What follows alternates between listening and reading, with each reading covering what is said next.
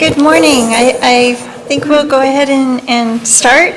This is Susan Branson, Executive Director of the California Transportation Commission. I want to thank all of you who are here today and those of you who are viewing via the webcast. Just thank you for making time for this important forum today. Today we'll really be focusing on transit and how transit projects are developed and delivered. There's very unique, we're understanding it at the Commission, that there's very unique aspects to transit projects that differ significantly from your traditional highway and infrastructure projects.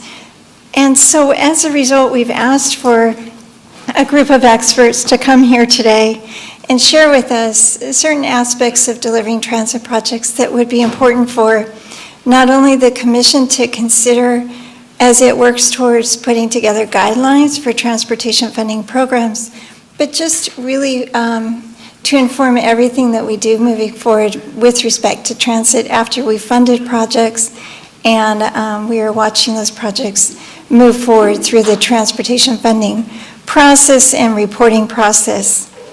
And so with that, I just really wanted to take an opportunity and thank our speakers who are here today.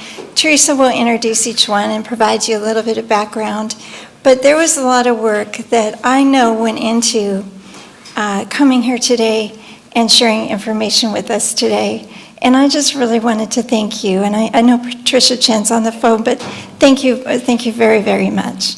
So this will be the first. We envision possibly holding some other forums in the future around different topic areas, subject matter areas. So this is the first of more to come, but I also want to thank the staff for the work. And actually, even having the idea, it was important, and I'm thankful for that. So Teresa, with that, I'm going to turn it over to Teresa Favila.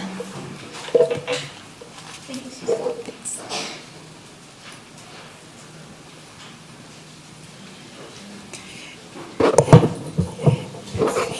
I echo Susan, our chief, our executive director, for her comments. Thank you, all of you, for being here, our speakers, and thank you for running with this great idea. It was my idea, but thank you for running for running with it.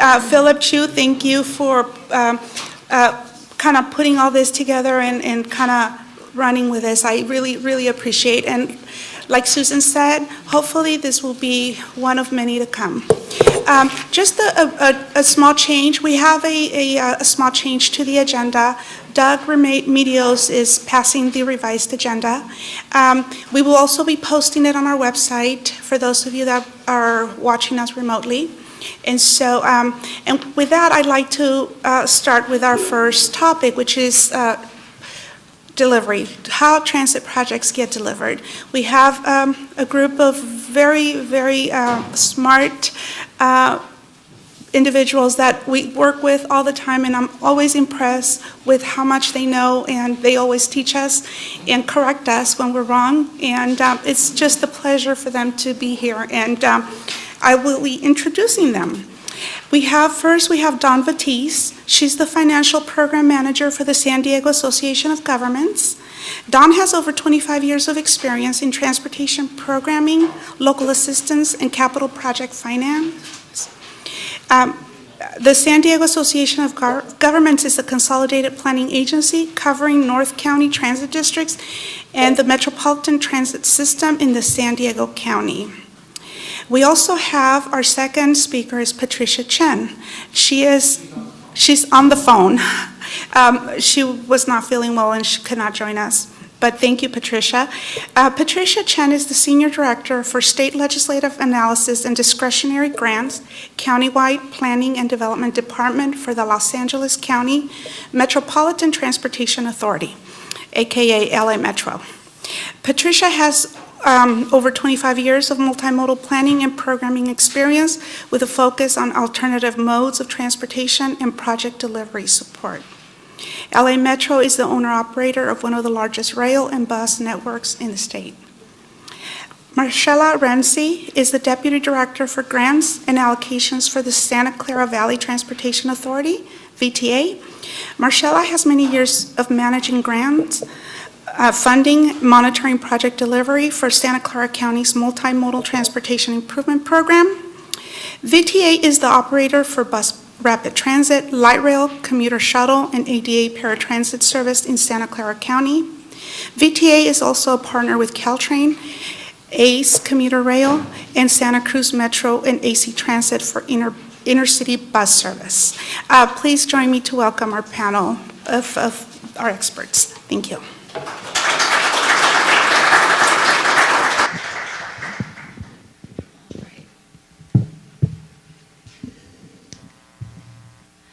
Hi, I'm Dawn Batiste from the San Diego Association of Governments, and I'm going to just quickly run through the topics I'm going to cover today. First, I'm going to briefly touch on some state and federal transit funding, and then talk about some federal transit performance measures. I'm going to give a little more detail about the Capital Investment Grant Program, which generally is the major capital investment source for transit. And then I'm going to go a little bit into federal agency participation for NEPA on multimodal projects and a few nuances of the FRA-funded projects. So this is not an all-inclusive list, but most of us here in the room and commission staff are well aware of the state funds and local funds in California that are available to fund transit projects, including state rail assistance, transit intercity rail capital, congested corridors program, the local partnership program, both formula and competitive, the STIP and STIP intercity rail program, again, state transit assistance, and there's a state of good repair program there, and then Transportation Development Act funds. In addition, there's the Affordable Housing and Sustainable Communities that provides transit-oriented development grants, and the low carbon transit programs, both through California Air Resources Board and through Caltrans through the LC TOP program for operations.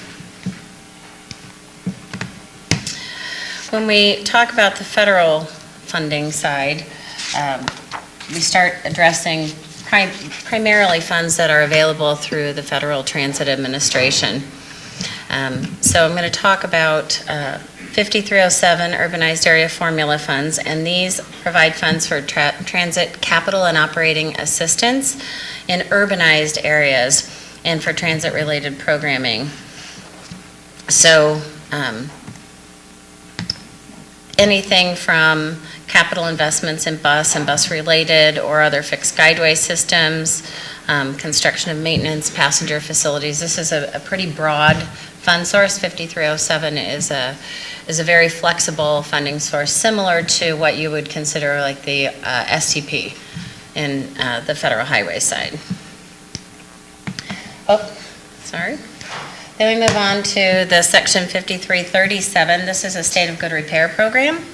And this is available to transit agencies that operate rail fixed guideway and high-intensity motor bus systems. And one thing that was clarified under the FAST Act is that high-intensity motor bus tier funds can only be used for vehicle state of good repair and not for roadway state of good repair costs. So if you have a fixed guideway, those funds cannot be used for the roadway repairs but are eligible for vehicle repairs.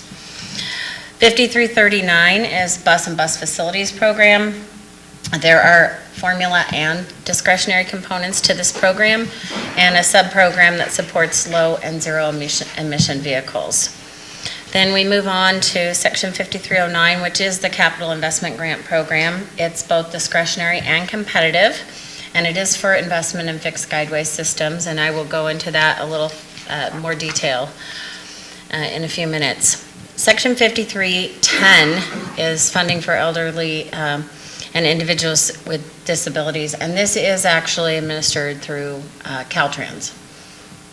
And then the Section 5311 program reflects the formula funds for the non-urbanized area in the state, and these also flow through Caltrans. And then, as I mentioned, Federal Rail Administration provides rail transit funding through what's called their CRISI program, the Consolidated Rail Infrastructure Safety Improvement Program. These grants actually flow through Caltrans as the direct recipient, and the agencies that apply for them are subrecipients for these grants. And then finally, Federal Highway Administration, STP, and CMAQ funds are eligible for use on transit projects, and typically these are handled by transfers to FTA for administration of the funds. And then one thing that isn't on the list here is TIFIA, which is a federally funded program for basically loans. So they're backed by your local dollars. This is administered through the Build America Bureau, but oftentimes when you see a capital investment grant for a major project that's quite costly, you will see it paired with a loan through the Build America Bureau. And those have a pretty extensive reporting requirements to them. One thing I wanted to point out, because we've all been so familiar at the CTC with the asset management and performance measure efforts that we've been discussing for the roadway, I wanted to point out that just as we've been doing that on the federal highway side, FTA has also extensive asset management, performance management planning requirements. And so transit agencies are required to meet their transportation asset management requirements and safety requirements, and these are critically important to FTA. And they've been focusing quite a lot. Safety is really a big thing. So asset management requirements apply to rolling stock, equipment, facilities, and infrastructure. And the safety requirements include a state safety oversight program and public transportation agency safety plans with performance targets. So it's kind of mirroring what we've seen on the federal highway side. And is there anything else you want to add to the safety requirements or performance management? Maybe later on. Yeah. Okay. All right. So I apologize. This is probably a little small. I think this is available online, right? The PowerPoint. So now what I consider the fun stuff, capital investment grants. This, as I mentioned, is a discretionary and competitive program. It has existed in some form or fashion since 1964. And it's really a competitive and multi-year process that's pretty rigorous to receive a full funding grant agreement under this program. The FAST Act funded this at about $2.3 billion annually. And there are generally three types of grants: the new starts, small starts, and core capacity. But you can also fund a grant through a combination of these two, which would be a program of interrelated projects. So the new starts and the small starts are simply differentiated by the value. New starts are over 300 million or over 100 million in capital investment grant funding, and the small starts are less than 300 million and a request of less than 100 million in capital investment grant funding. These programs fund new fixed guideways or extensions of existing fixed guideways. And then there's a core capacity grant, and this is to provide for substantial investment in fixed guideway corridors that are at or near their capacity and are expected to increase capacity by 10% or more.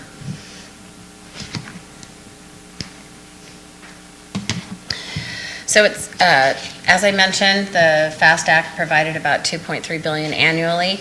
About 19% of the FAST Act authorized funding for FTA is in the capital investment grant program. And one unique aspect to this program is it's funded by the general fund. And so it requires both authorization and appropriation. So unlike the formula funds, the 5307, that require the annual appropriation each year, we require authorization and appropriation on the capital investment grant funds. So in terms of the competitive process here, the capital investment grant program has a pretty rigorous evaluation process, and it's statutorily defined. Your project will be submitted and rated based half on the project justification and half on the local financial commitment. So projects have to receive a medium or better rating in order to be accepted into the program. So when we talk about project justification, the criteria includes mobility, environmental benefits, congestion relief, economic development, land use, and cost effectiveness. And then the local financial commitment deals with basically achieving an acceptable degree of local financial commitment, including evidence of stable and dependable financing sources. And one thing that's very important before an FFGA is executed when we talk about the local financial commitment is that they are looking out at your operations of the transit extension of the fixed guideway. And so your financial plan also has to have an operating plan that's financially modeled and can show that you can demonstrate that you can operate your new system. There is a 5-point rating scale. It's low to high, and your ratings are used at different points in the process. So your ratings are used to approve or deny advancement into engineering and to approve or deny projects for construction grants. So as you move along in the process, it gets evaluated again. And this also is used to support your annual funding recommendation for Congress that FTA puts together. So one thing that's important is a re-rating for each annual report is not necessarily required as long as there's no material change to the project scope or the cost. But there are some types of material changes that can trigger re-ratings, including design and construction scope of work changes, planning context changes, schedule changes of 6 months or more, and any change in a funding source or financing method that you are considering. So in terms of getting through this process, yay, you made it, and you get a full funding grant agreement. If you're lucky, you made it. This is an even more exciting part. So once you've made it through the capital investment grant process successfully, you can enter into a full funding grant agreement. And this is a requirement. It lays out all the requirements of a delivery of the project and a funding schedule for the project.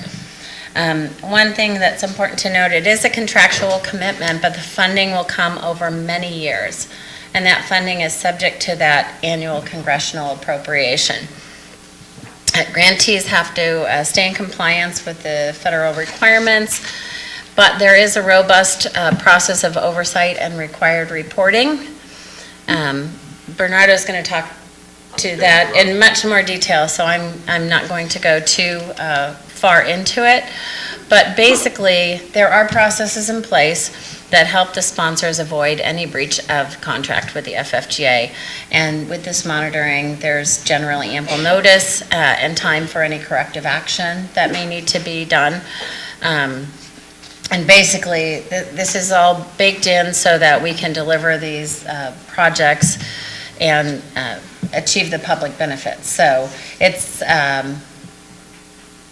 I guess it's a very collaborative process, I have found. We work with closely with Bernardo and his staff on our current FFGA, and it really is with a goal of delivering these transportation projects to the public because they really are very much needed. So one of the things that I wanted to touch on today was the importance of project coordination and early project coordination, particularly for the multimodal types of projects where you may have a single construction contract that will be dealing with multimodal elements of a project. So under the FAST Act, projects requiring approval of more than one USD operating administration, it was redefined, and it's important to make sure that all the appropriate federal agencies have an opportunity to participate in the environmental clearance process. And the other thing is it's important to make sure you have the most appropriate lead agency identified. So I'm going to just briefly tell you why I find this so important. Many of you have heard of our I-5 North Coast Corridor project in San Diego. And this is a project that is multimodal on the I-5 corridor being constructed under the CMGC process or construction manager general contract. So the first construction segment includes highway improvements, rail double tracking, and an at-grade rail crossing. So NEPA clearance for the highway work was through Federal Highway Administration via the delegation to California. And NEPA clearance for the rail work was through FTA and then ended up being reviewed by FRA when we received the grant from FRA for Chesterfield. So when Federal Highway Administration was consulted about having a single CMGC contract for this, they had not participated in environmental clearance for any of the work that was done along the rail corridor. And so they would not allow any of that work to be considered federally participating in that contract. And our original financing plan for this project included federal highway formula funds that we had intended to transfer before we had decided to combine the projects. So that left us in a little bit of a bind in our financial plan because we really, had not anticipated needing, $40–50 million of local funds for the project.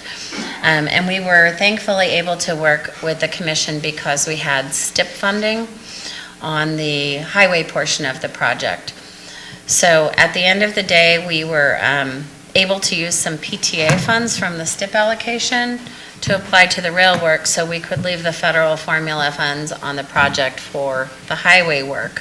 And so that reduced our additional need. I think we needed still to come up with about $10 million more of local funds from our sales tax measure than we had originally anticipated. So had we somehow considered the potential when we had begun those environmental clearances, and the ship had really sailed, they were really, those environmental processes had begun much further back. But we could have possibly, garnered more support for reviews by the multiple agencies and been able to deliver that a little more efficiently. So it's an important consideration moving forward. I know many of the projects that are going to be competing for funds began their environmental clearance process quite some time ago, maybe really well into design right now and getting ready to compete for funding. But if you're considering, delivering these multimodal elements under a single contract, that's just going to be something that's very important moving forward. And then regarding FRA, I just wanted to point out that the FRA funds do come through Caltrans. So for us, that was just a little bit easier to add the FRA funds and still have federal highway funds on the project at the same time. But again, it's something I highly recommend. And in the PowerPoint, just for your reference, I'm not going to go through all of this, but I did include some of the code and information on the project coordination, responsibilities of lead agencies and participating agencies with a link to the website with more information. By no means am I an expert on the environmental clearance process, so I urge you to consult with your environmental staff if you have any questions or concerns on that. And with that, I will turn it over to Patricia to talk a little bit about project delivery. Well, thank you, Dawn, and you are a really hard act to follow. You clearly are very involved in many project processes at your agency. I'm going to go pretty briefly, and I'm going to talk a little bit about the broad landscape of what we are working on here at Metro, and I'll talk a little bit about a couple of delivery methods, risk advertising and design build, talk a little bit about timely use of funds, and then I want to drill down a little more specifically into bus purchases. So hopefully on the screen you should see before you a map with pastel colors, draft 28 by 28. Got it. Okay, very good, thank you. So there are about 25 projects on the map. There are 3 that are not shown, so it's a lot of spaghetti. And of those, about 17 are transit projects, and 5 are under construction. And I thought I'd share that the Crenshaw LAX transit corridor line was awarded for construction for DesignBuild in September 2013. And then we had the regional connector also under construction and 3 sections of the Purple Line extensions, so section 1, 2, and 3. And the most recent extension section was awarded in February 2019. So over about 6 or 7 years, we've had 5 projects get awarded with DesignBuild. So you can see that that is a very common method used at Metro. And then to complete the 28 by 28 program, we'll be needing to construct 9 more future transit projects. Next slide, please. Okay, I don't think I can rely on looking at the screen to see what's up because there's a little delay there. We should be looking at a design-build delivery method slide. I think that there can be some benefits to design-build in terms of saving time, but for us, it's saving cost, and the flavor of cost savings is mitigating the risk. During this risk identification mitigation period, you can see that's we should be on a slide that has some kind of arrows going across. And so by having design build start earlier than construction would, oh yes, I see the right slide up, great. By having the design start as part of construction, we're eliminating some of that risk identification period for ourselves, because if we get something wrong during final design, it can cause extra costs and delays during the construction period. And so it's very important to us to try and reduce that. And that's why we use design build very frequently for our larger transit projects. Next slide, please. Okay, this slide should say project delivery parameters, and it's got a little clipboard icon. Got it. And I'm going to be really brief on these slides, just that there are factors A through N, so that's most of the alphabet, or a good portion of the alphabet. And these are some of the factors influencing the choice of delivery method. And so this PowerPoint will be around, so those that want to really delve into those can do so. But next slide, please. Selecting a delivery method. For me, it kind of boils down to 3 areas. And I know the font is a little bit small here, but I'll just describe there's 3 areas. First of all is the size and budget of the project. So basically, if it's a higher cost, it's more likely that you will want to use design build because there's a higher risk if something goes wrong during design. And then the second area is the project type. If there are subway, like underground elements or vertical elements, that adds more subcontractors and just more complexity. And so that, again, adds to the risk and is a factor that would cause you to want to use design build. And then finally, complexity, and I would call this sort of other complexity. And this could be things like hazardous materials or something that adds complexity and would, once again, increase the possibility of going through design build. Next slide, please. And this is the timely use of funds. And I view this as a balancing act between feeding the benefits to the public, which is obviously a good thing, or on the other hand, focusing on quality, or it could be just overcoming obstacles. So we have to get the right balance here, and it varies between agencies and frankly between projects, because it's not just different people working on the projects, but different obstacles come up. So I wanted to talk a little bit about 13C of the Federal Transit Act. What that does is it says that grants may be held up if there are claims or litigation involving labor rights. And we have had a experience with that on the PEPRA Act, which was put into place, I think it was effective January 2013. And that is an example of litigation that can be quite lengthy. For Metro, I guess we were lucky. We only had 3 or 4 month delays on our projects, but we understand that there were some transit agencies that had delays of over a year. And so I just want to say flexibility is key there. And then my last slide is about fleet expansion and replacement. LA Metro has 2,300 buses, and to keep our fleet at a good operating age and performance, we have to buy 200 new buses per year. So this is a large and ongoing expense that requires a patchwork of funding. And our procurement planning can be quite challenging. It includes shifts in or unpredictability in funding availability. So, you know, fortunately with the STIP, it's a formula source, which is helpful, and it seems like some of the waves are starting to come out, and hopefully over the next couple of years it'll be quite stable.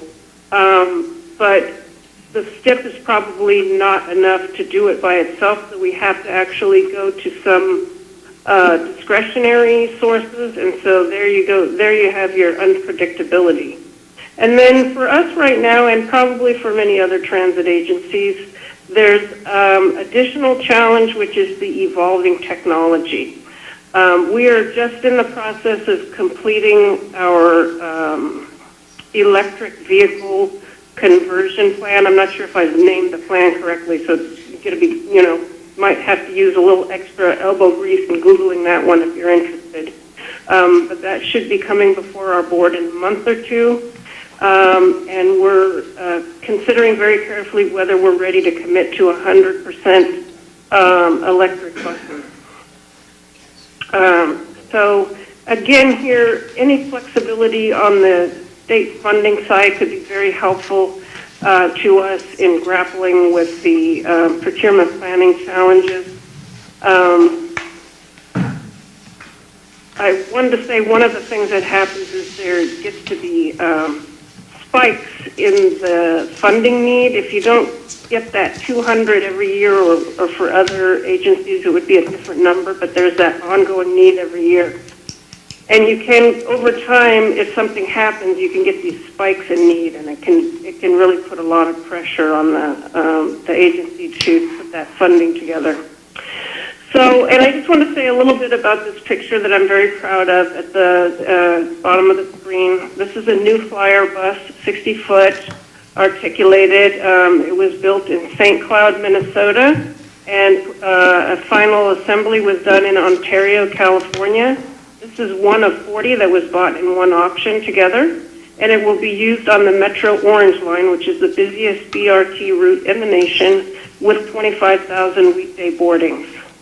So there will be opportunity chargers along the line, which means the buses will be able to do some charging as they stop and unload and offload passengers through the canopies. And this will compensate for any weakness in the battery capability in the buses.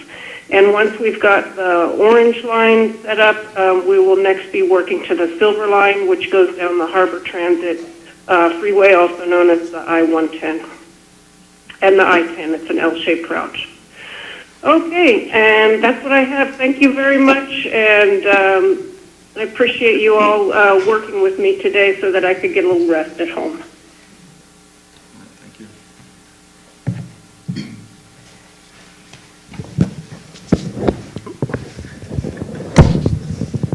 Thank you, Patricia. This is Marcella Renzi from VTA. Give me a minute to get it together here.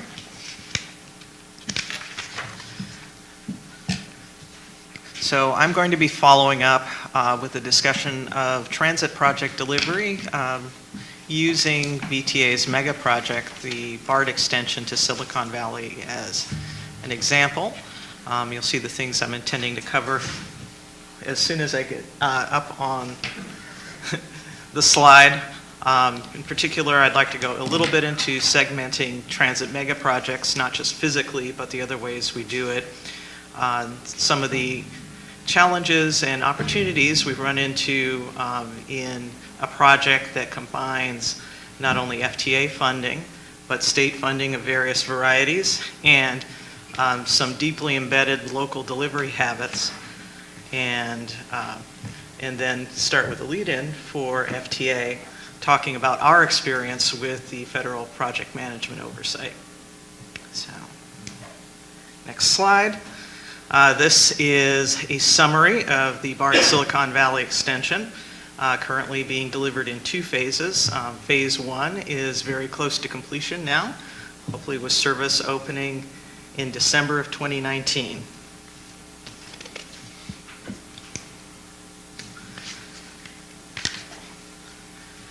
A short history of this project. It is, I think it's been in planning. I did go in the right direction. Actually, I'm saying 30 years of studies here. I have some evidence that it may actually be a year or 2 older than I am. The final major effort that led to implementation occurred in late 90s, early 2000s, and really came to life with a major countywide transportation plan and a sales tax measure, which featured not only this project, but a range of other transit improvements in Santa Clara County. And to help us along, the state generously provided a TCRP grant of over $600 million. And this was tremendously instrumental in getting us started, because although the sales tax was passed in 2000, we didn't actually begin collecting funding until 2006. So the early years of the BART project development were funded by the state and actually by debt against future sales tax revenues. Originally, we planned to build the entire 16-mile extension in one shot, all the way from Fremont, Warm Springs Station, where it now ends, through downtown San Jose to Santa Clara, right behind the San Jose International Airport. And we were actually successful in getting into the new starts process. Then life happened. Santa Clara County was the epicenter of the 2002 dot-com crash. We saw our revenues drop 40% in 1 year. And frankly, we only recovered to 2000 levels in 2017. During that period, we were going full force on the 16-mile extension. It became fairly obvious, I think, to FTA, to their credit before us, that with our changed circumstances, 16 miles might be a bit too big of a lift for VTA, but it took us a few years longer to come to that conclusion and break the project into 2 segments. At that point, we'd done substantial engineering for a full 16-mile corridor, so we did some work to break it apart, and FTA ultimately accepted us back into the New Starts program in 2013. In the meantime, we went back to the voters. We actually got an additional sales tax for operations funding, and have begun work on the next segment. So, enough history. There are many ways to segment a large transit project. In this case, history forced us into several different ways of doing this.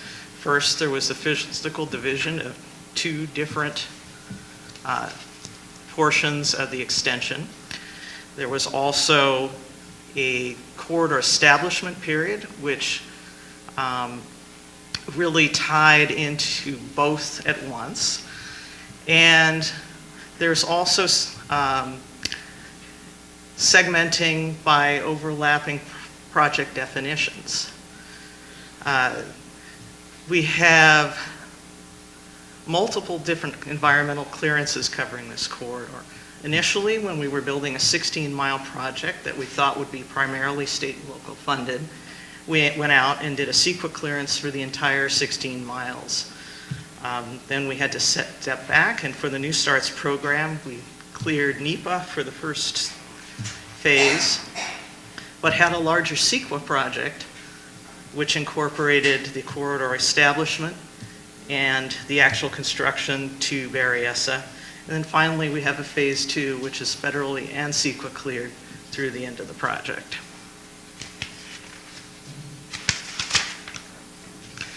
Corridor establishment. This was the first 10 years of the project. I think I'll highlight one aspect of it. We started out buying a railroad corridor, moving the freight railroad and preparing it to be able to build an extension of BART. But along the way, we found ourselves involved in other sub-projects, one of which was actually completing a freeway project and doing grade extent separations for the city of Fremont. As Dawn talked about in her project description, sometimes, well, backing up a little bit, there was a particular area in the city of Fremont, for those of you who are familiar with the 880 corridor, at Mission, there's a lot of crossover traffic between 680 and 880 at this point, and it goes through the city of Fremont. This Alameda County was improving the interchange on 880. City of Fremont needed to grade separate arterials crossing the active Union Pacific line. They have a yard in the area. And then VTA showed up wanting to come through, move the freight railroad, and actually add BART bridges.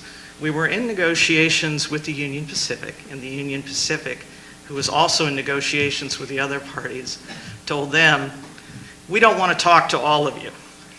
We want to talk to one party. You go combine forces with VTA. So from that coordination, we created a multimodal sub-project with, in the end, 6 different funding sources, multiple environmental clearances. In fact, I don't think we ever had a single tip entry for it because it was included in different pieces. And ultimately, $148 million later, VTA built all this in a different county. Across the line.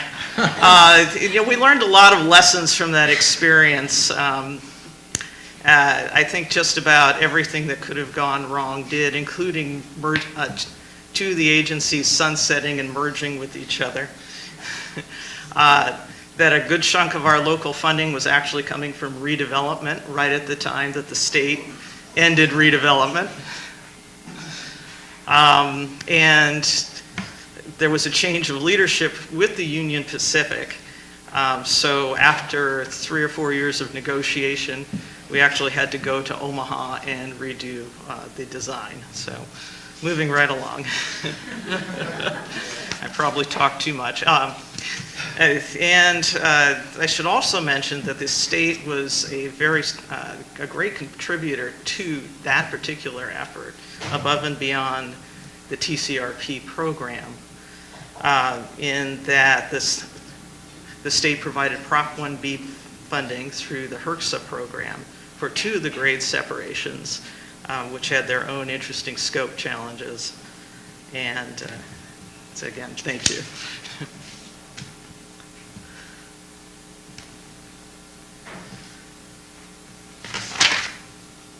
And actually, I'm sorry, I should, where am I on this? Corridor, there we go.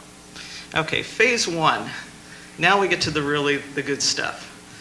Real rail construction, the 10-mile segment. Within this, although it's all rail related, there are multiple different activities, and I've just thrown out the major ones. Stations, parking structures. We're getting into the parking business now.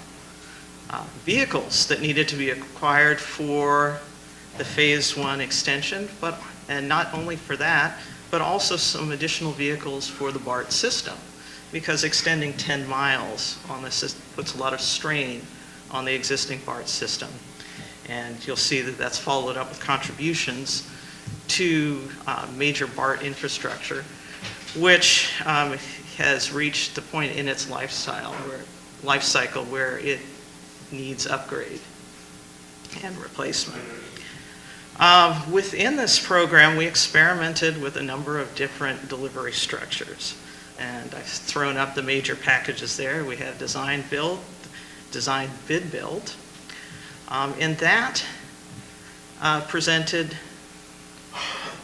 new challenges as well, because this was the beginning of when the state was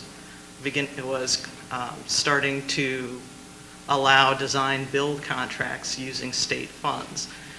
One of the challenges we had was the four-part state phasing in the context of a design-build project.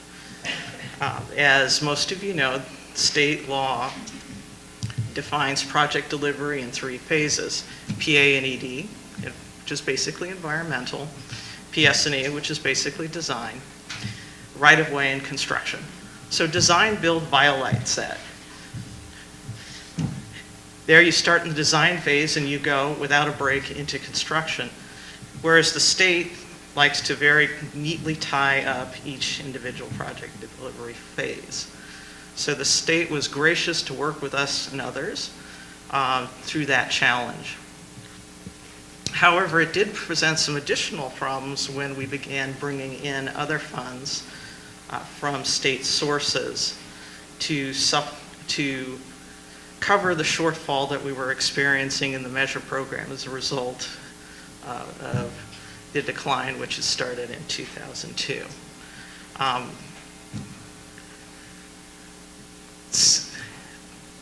The project delivery went so long that, and the STIP went through a number of challenges during this period. So if it was not possible to program construction funding within the period that we would have needed to do it and meet state timely use of funds requirements. We also discovered a new complication in that Bernardo and his team at FTA are excellent stewards of federal money. And when you sign the FFGA, you lock in what the federal percentage of your program is going to be. If you should come in with additional federal money, be it from FTA or their partner agencies, that gets reduced from your FFGA, so it's a wash. So we worked very carefully with our partner BART and with the state to be able to program STIP funds, which as a transit agencies we took as federal, to portions of the expansion program that supported the program but that weren't included in the FFGA definition. In particular, we worked with BART to program about $50 million worth of construction funding to upgrade to the Hayward Maintenance Yard.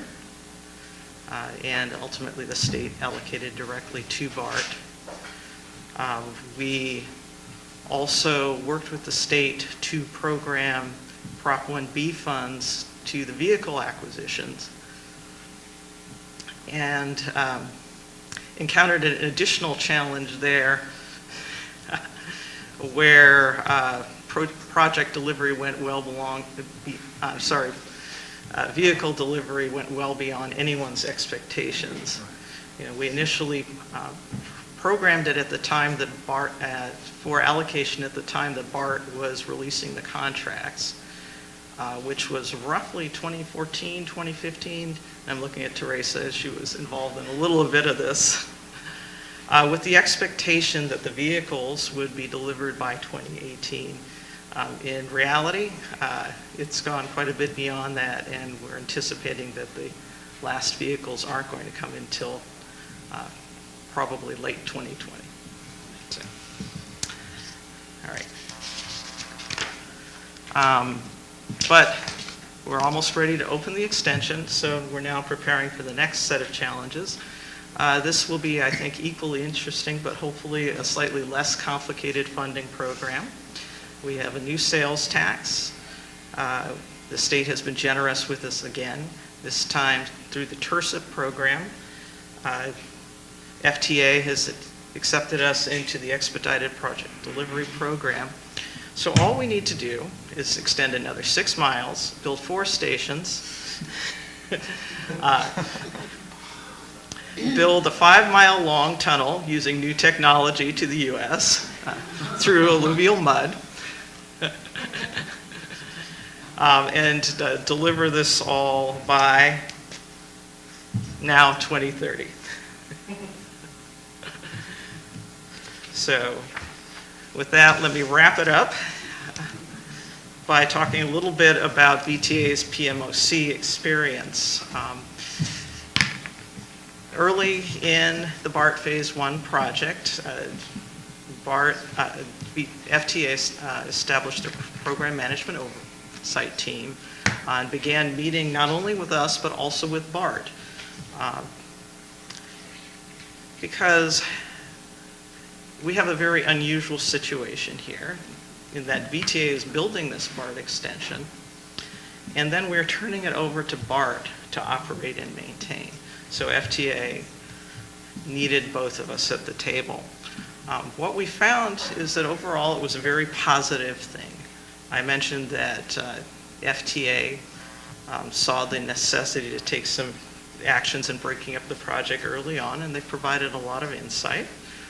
They have been helpful in moderating between us and our partner, and they provide a regular review of cost and schedule information. And with that, I will turn it over.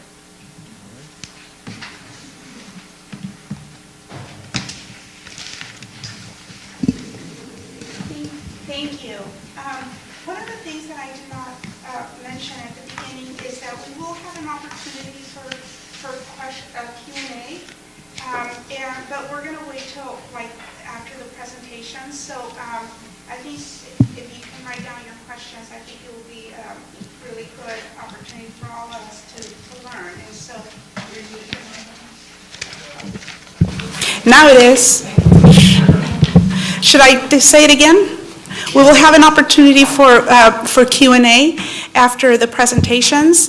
And so I'd like to thank you. Thank you. That was very, very interesting. I just jotted down a few questions too. So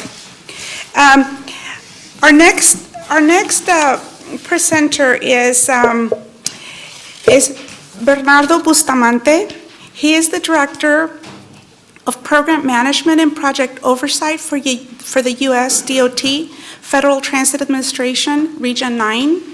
He currently serves as the Director of the FTA Regional Office in San Francisco, providing program management and oversight with responsibility for directing all management activities of the region. Prior to his current assignment, Mr. Bustamante served as the on-site Federal Oversight Program Manager for the $3.5 billion Chicago Region Environmental and Transportation Efficiency Program, a very large program that included 7 projects that were rail transit and highway projects. He was responsible for the policy and management of all federal interests associated with the delivery aspect of the projects. Mr. Bustamante also worked in the FHWA side, which is very, very good. So that's something we are all interested in. He worked for the Central Federal Lands Highway Division of Federal Highway Administration as a project manager, leading cross-functional teams focusing on CFL's cradle-to-grave project delivery structure, consultant management process, DesignBuild, and integrated construction management of projects. Previous positions within the agency have also included assignments in the Office of Federal Lands in Washington, D.C., amongst others. Please join me in welcoming Mr. Bernardo Bustamantes.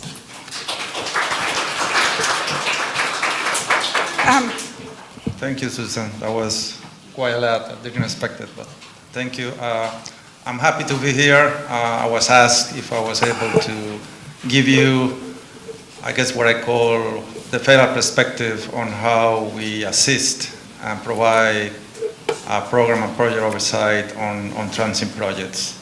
I mean, at the end of the day, you, the transit agencies, you are the ones that are delivering the project. So let me walk you through the, what's the federal role as far as transit and so forth. Don gave us a description of most of the federal transit funding programs, and if you have any additional questions, I can entertain those later. We also heard from a couple of transit agencies on how FTA is involved in some of these transit projects in the state of California. So today I want to kind of highlight what we call, I call it the State of the Capital Investment Program. And throughout the years, this program have evolved with different names and so forth. But basically, was mentioned before, about 20% of the federal transit funding program nationwide is dedicated to the capital investment program. It's about $2.5 to $3 billion nationwide. By far, our region covers California, Nevada, Arizona, Hawaii, and the Pacific territories. We get probably 60% of that every year for a lot of the projects, mostly in California and Phoenix. So basically, the program remains strong. I know there was a lot of anxiety at the beginning of this administration whether the program was even going to survive, but we can tell from Congress they have remained very positive about the program. So we still have a lot of inquiries and from potential project sponsors about the future of the CRG program. And what I'm going to do in the next few slides is kind of walk you on what's the role of the FTA. How do we hopefully help you deliver some of these projects? And I'm going to get into a little more detail on the actual oversight and what does it really mean for you. There's still some confusion on what the role of the federal government is. So with that, let me move to the next slide. Basically, I belong to the Program Management Office. I work in collaboration with the office in Washington, D.C. I was mentioned, I used to work for Federal Highway Administration, and some of you are familiar with that agency. In FHWA, they also have an office called the Office of Major Programs.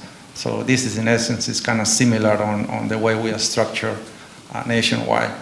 So obviously the mission for the federal government and for the state and the cities is to obviously, we want to protect the federal interest on how to be effective, and we do that from a risk-based approach, and I want to discuss that in more detail.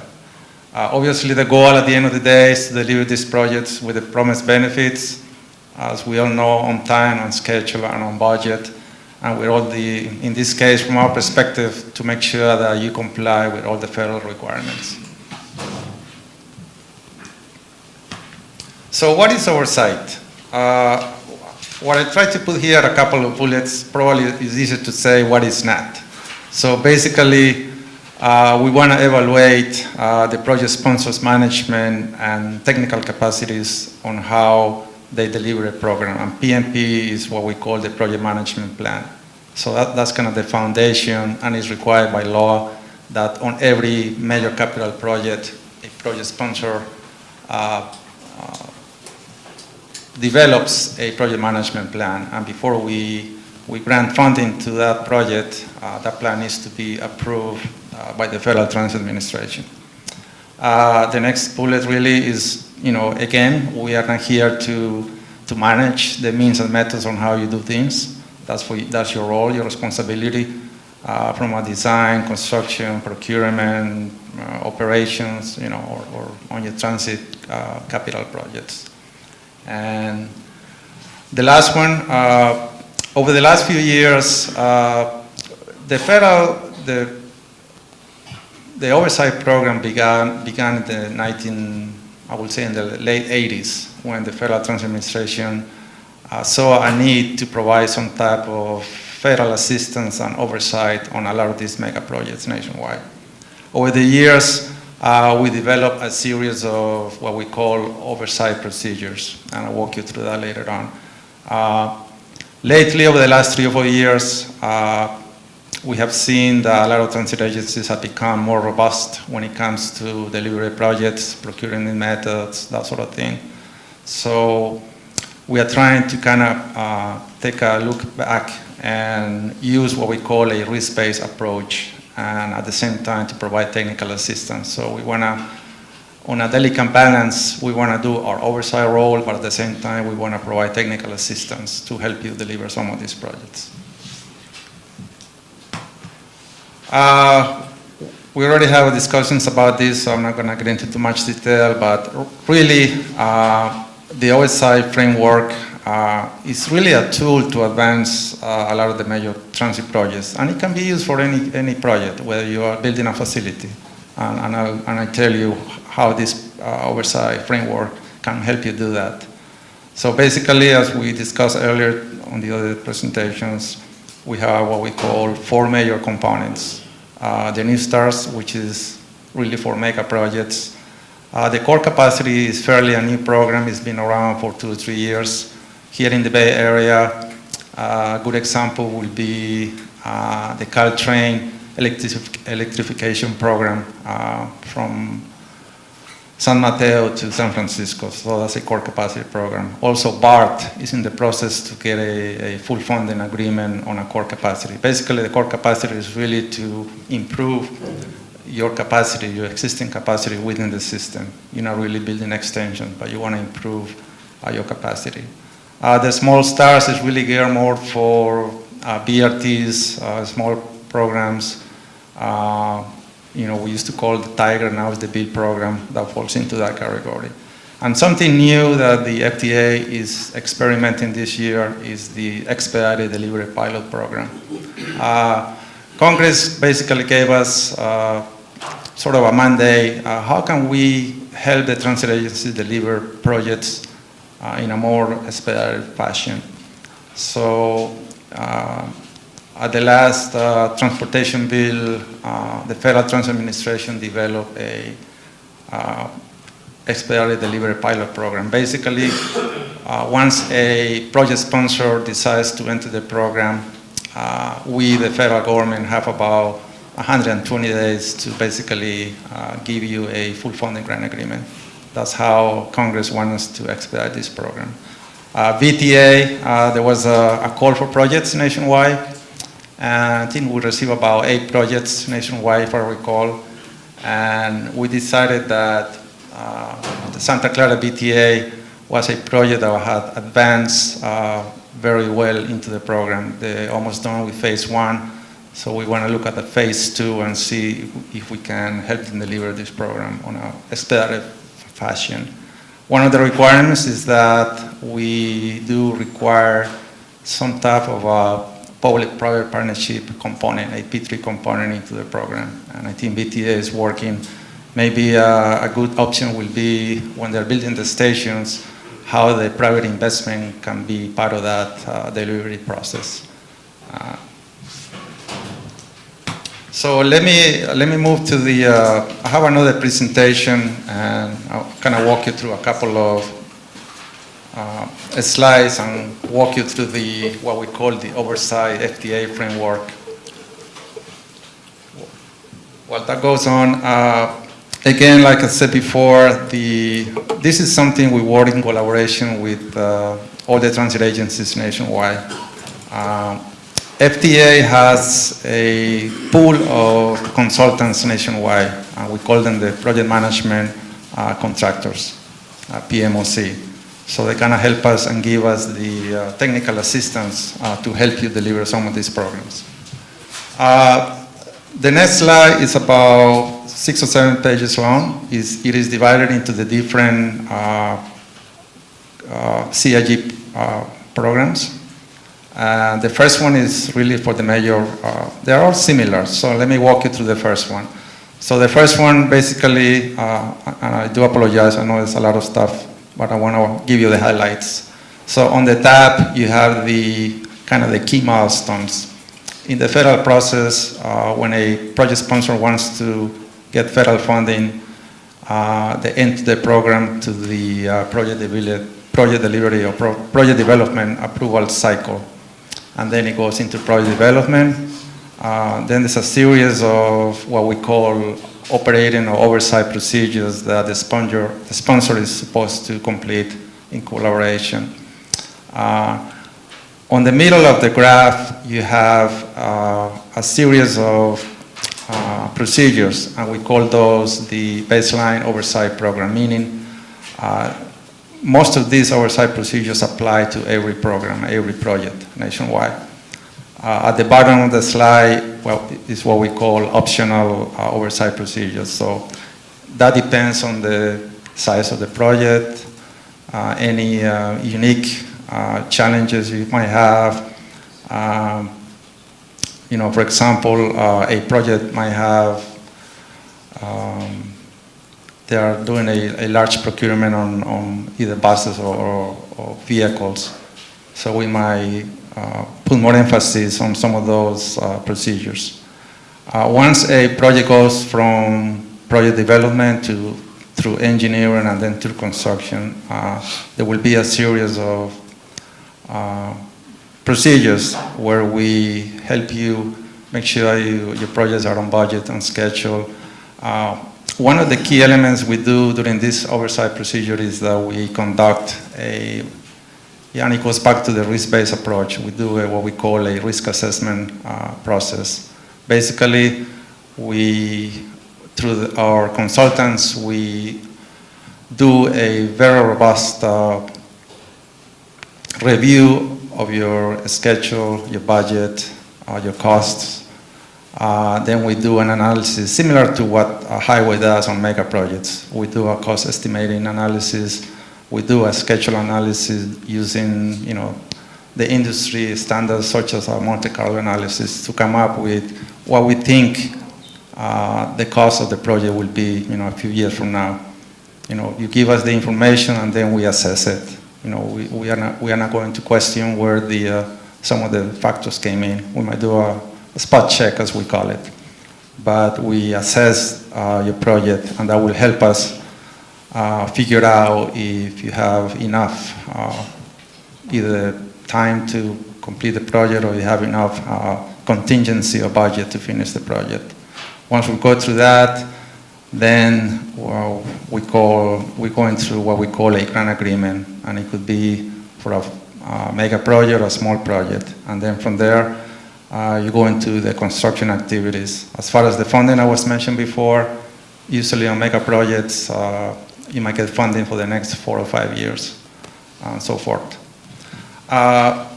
If we can move to the, if we can go to page 5, which is the oversight framework for a state of good repair and formula programs. I want to spend a little more time on this one. You know, we all like to work on mega projects, but we also have an oversight procedure for what we call the State of Good Repair program or formula program. So as was discussed this early during the presentations. Basically,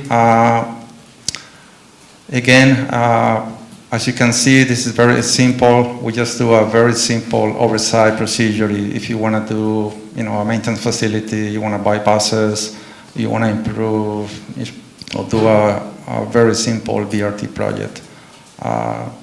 We go through the grant development. There's no engineering phase. There's no project development phase. So from there, you basically get a grant agreement and then go through construction. As you can see, very limited oversight procedures. One thing I want to mention about the FTA oversight framework. We do oversight on projects that are defined as major capital projects, and there's a criteria for that. Currently, the criteria is if a project is over $100 million, or it's a fixed highway project, then the FTA comes in with the oversight process. Recently, there was a federal publication. We want to change some of those rules. We want to increase the threshold. So we are looking at maybe the definition of a major capital project should be $300 or $500 million, kind of similar to what the Federal Highway Administration does. So we are going through that process. We are trying to get comments from all of you to see how can we improve the FTA oversight program. I guess with that, I'm going to leave it as it is. If you have any questions about anything regarding the FTA program, I'm here to either hopefully give you an answer, or I will get the answer for you. Thank you.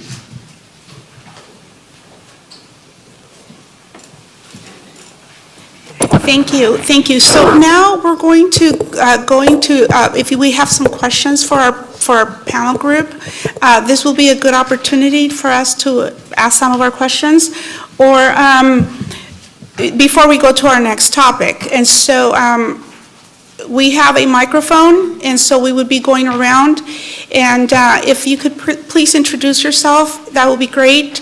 And so that's really open up for questions. And so let me get the microphone, and then I'll walk around. And I do have a couple of questions myself. And I think I will start. FHWA and FTA, since you come from both houses, is there a major difference between the process for FHWA, the highway side, and the transit side?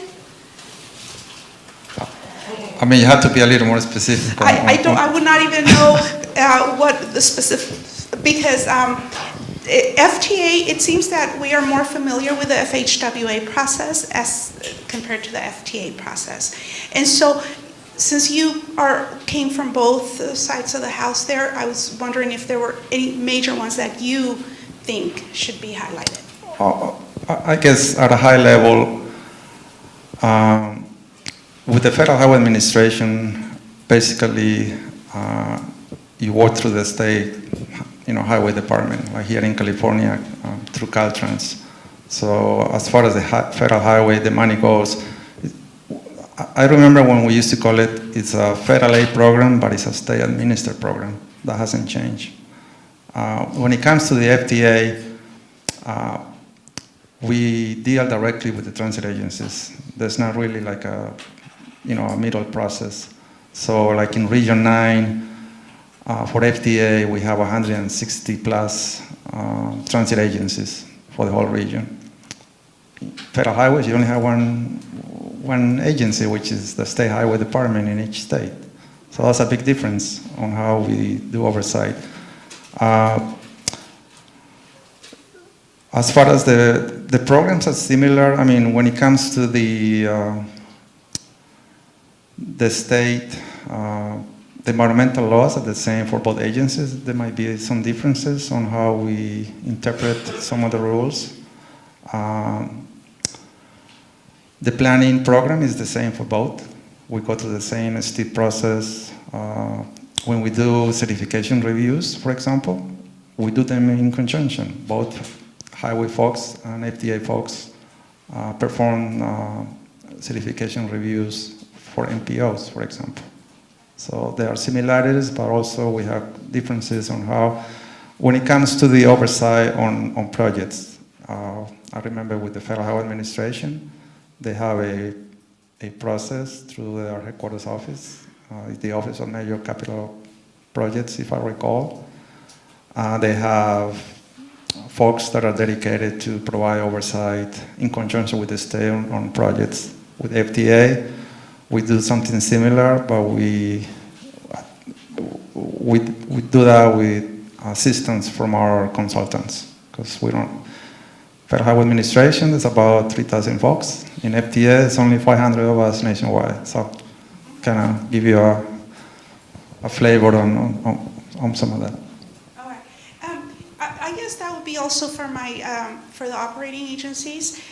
From your perspective, your projects, your mega projects, like the ones you referenced in your presentation, has multiple funding. You have federal funds, within federal funds, multiple different, it sounds like various federal funds, but as well as with the state. So then the question is, coordination, collaboration, it's a big deal, but our rules are so different too. And like timely use of funds, how we ask for the funding. So I don't know, do you have ideas based on your experience, what would have been nice to have in place that will expedite or simplify the process?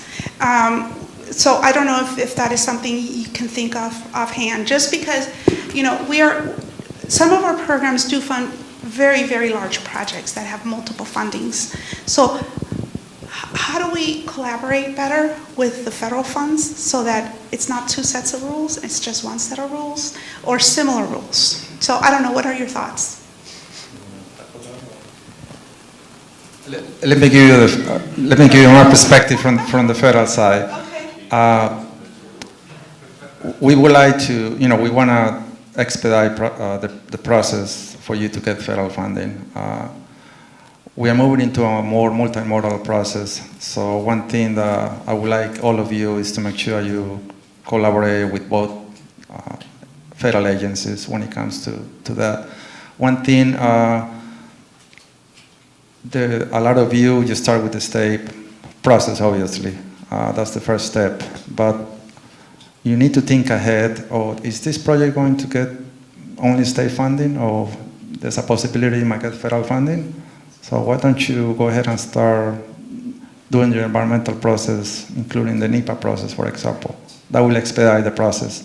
Otherwise, we have to go back and start from scratch on the environmental side. So that's a good example.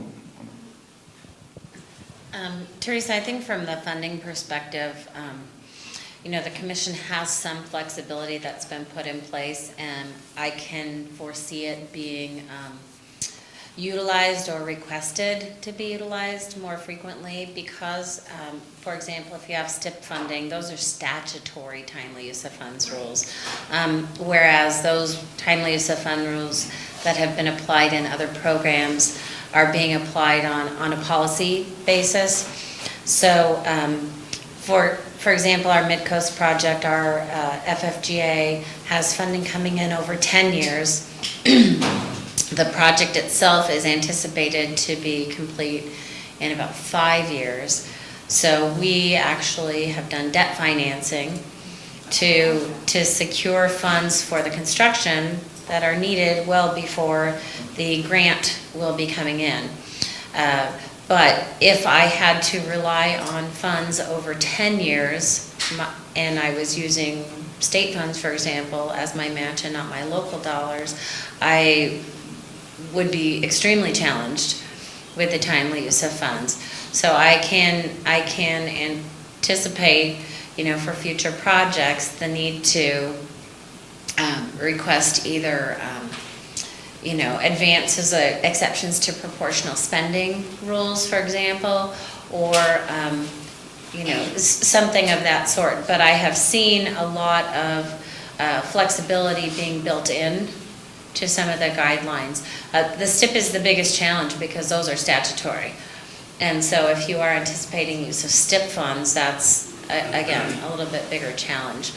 And you had asked about, some differences in terms of FTA and FHWA. One thing I wanted to touch on there is that with federal highway funding, we start and then we stop and wait for the next phase to be authorized or obligated. And one thing that we appreciate very much in delivering our FTA funded projects is once we've secured our environmental clearance, we basically have secured that pre-award authority to move seamlessly. Once we're done with design, then we move once I get that NEPA clearance, I can move right into that design and right-of-way and move right to my construction where I don't have to necessarily submit all the, full set of plans for review before I am able to advertise my construction contract.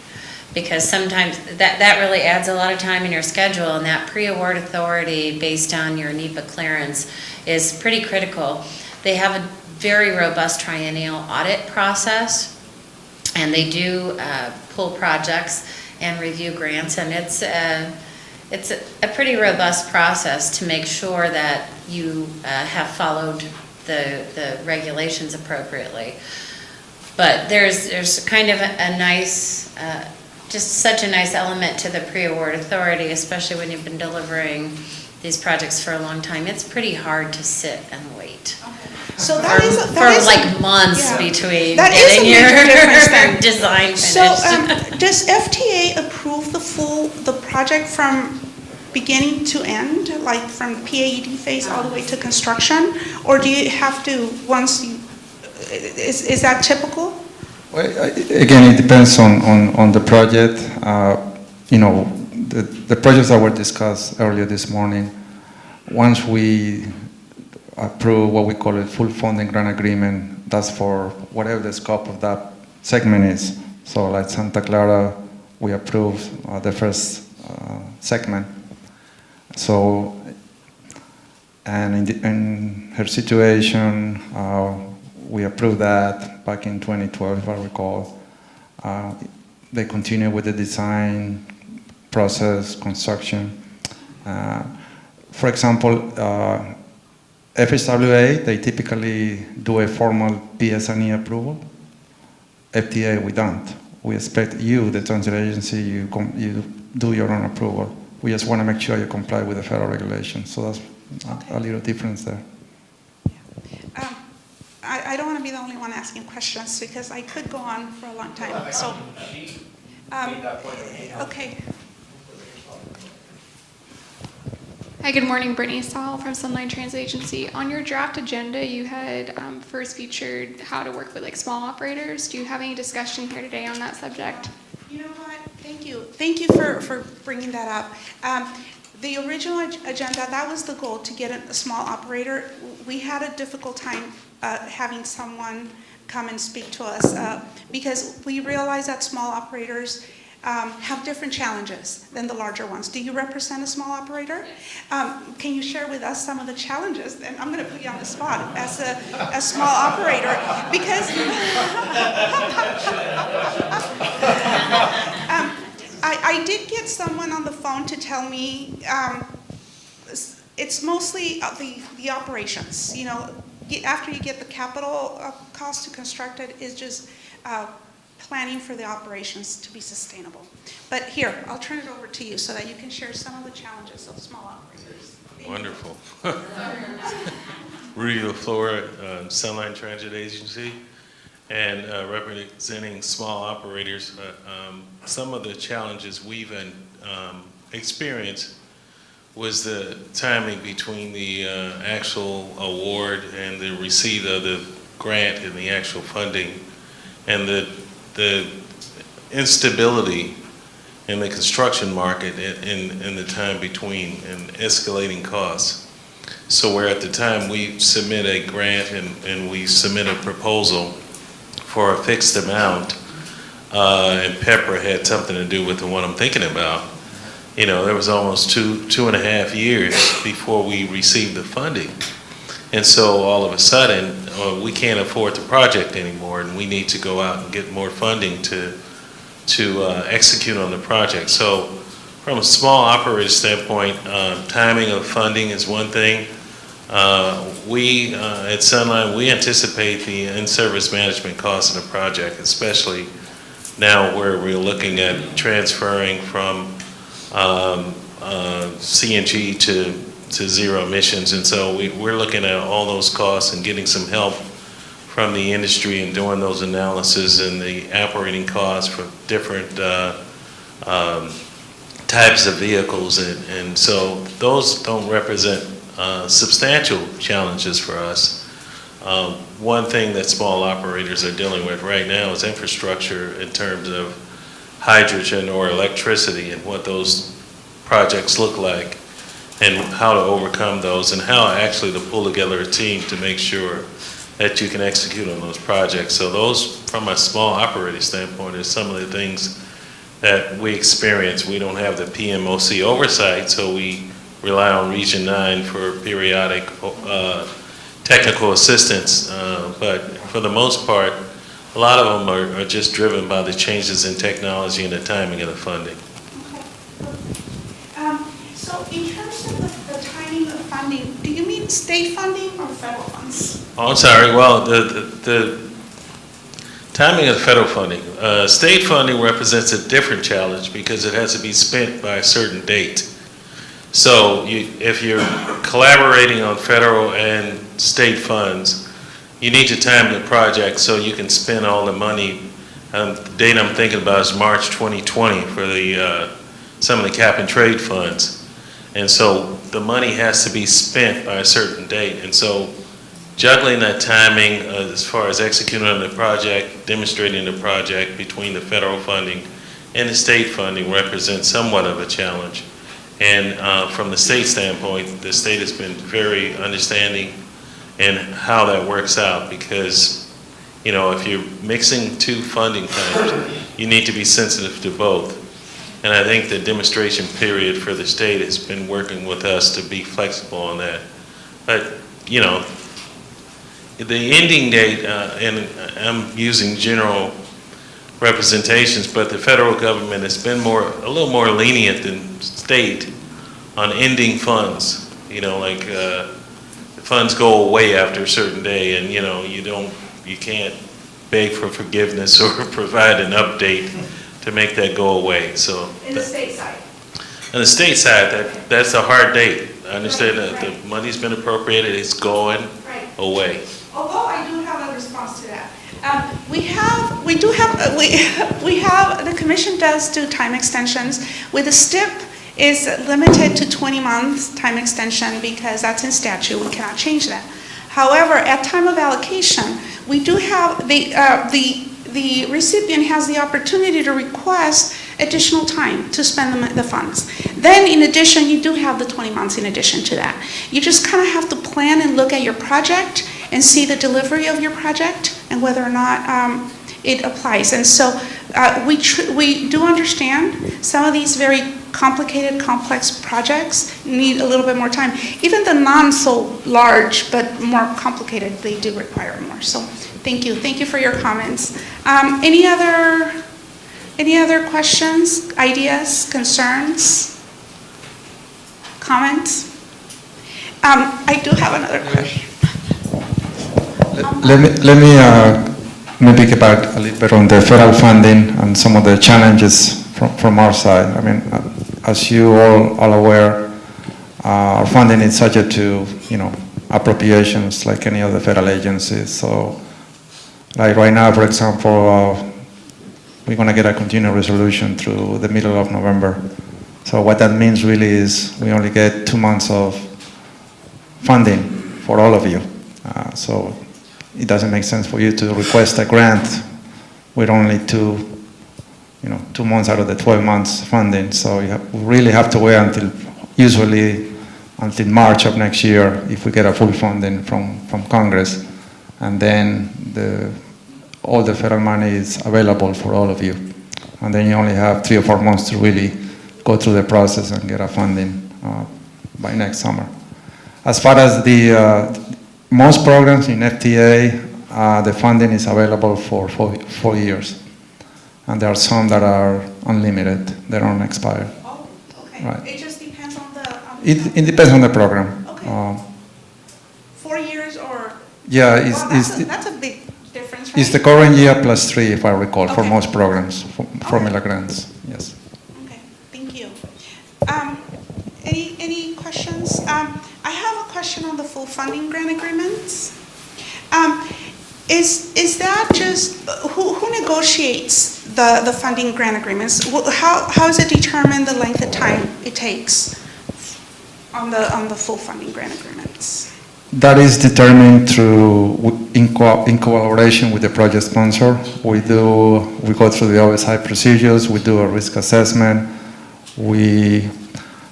First of all, we let the project sponsor to tell us how long it's going to take for a project. So, phase 2, for example, they think it's going to get done by 2030 with X amount of dollars with this scope. Then what we do is we come in and do an independent risk analysis. We assess the schedule, the scope, and the budget. And through that independent analysis, we see if what they're telling us makes sense or not. And then we can say, oh, we think it's going to take a little longer, maybe another year. Maybe you need to factor that into your request. We don't dictate when it's going to get done. That's ultimately it's up to the project sponsor. And then...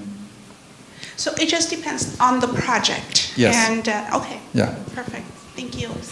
So Teresa, in terms of the schedule of the funding in the full funding grant agreement, and Bernardo can correct me if I'm wrong, so that is somewhat dependent upon the size of the FFGA and the funds that are being provided by FTA, because in general,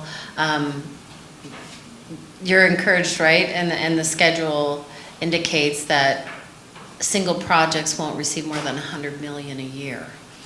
So, for example, we have $1 billion FFGA, which is why our schedule is about 10 years long to receive the funding, even though our schedule for construction is less.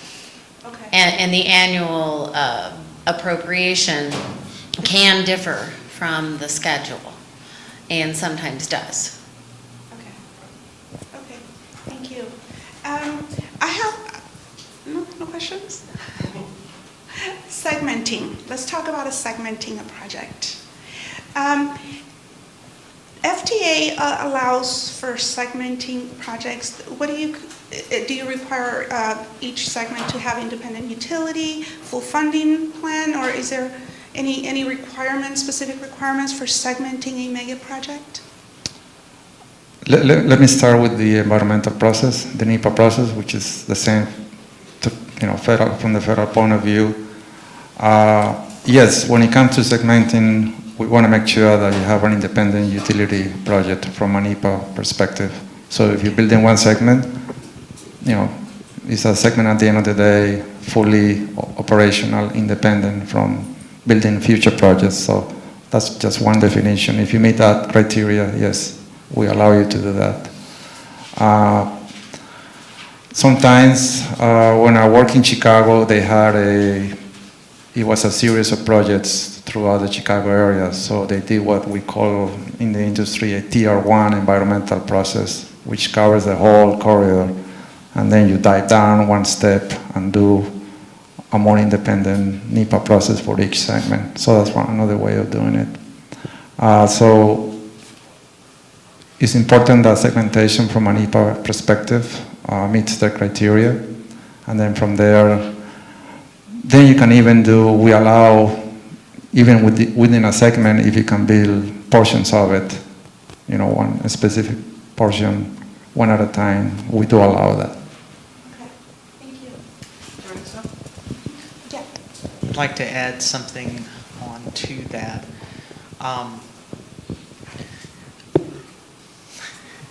Without complaining too much. We're all going to complete on BART, okay? So one of the challenges we've encountered in applying the approach that Bernardo just described is that if you're working in the state environment, the most correct way to do that would be to have a separate PPR for each subsection or subsegment. But once we've cut it apart in the state system, if there are project savings in one of the earlier pieces of work, it can be very difficult to transfer them on to the next piece. There used to be something of a construct in the STIP for highway corridor projects called exactly that, corridor projects, but that hasn't been available for any project that wasn't designated as of 96, if I remember correctly.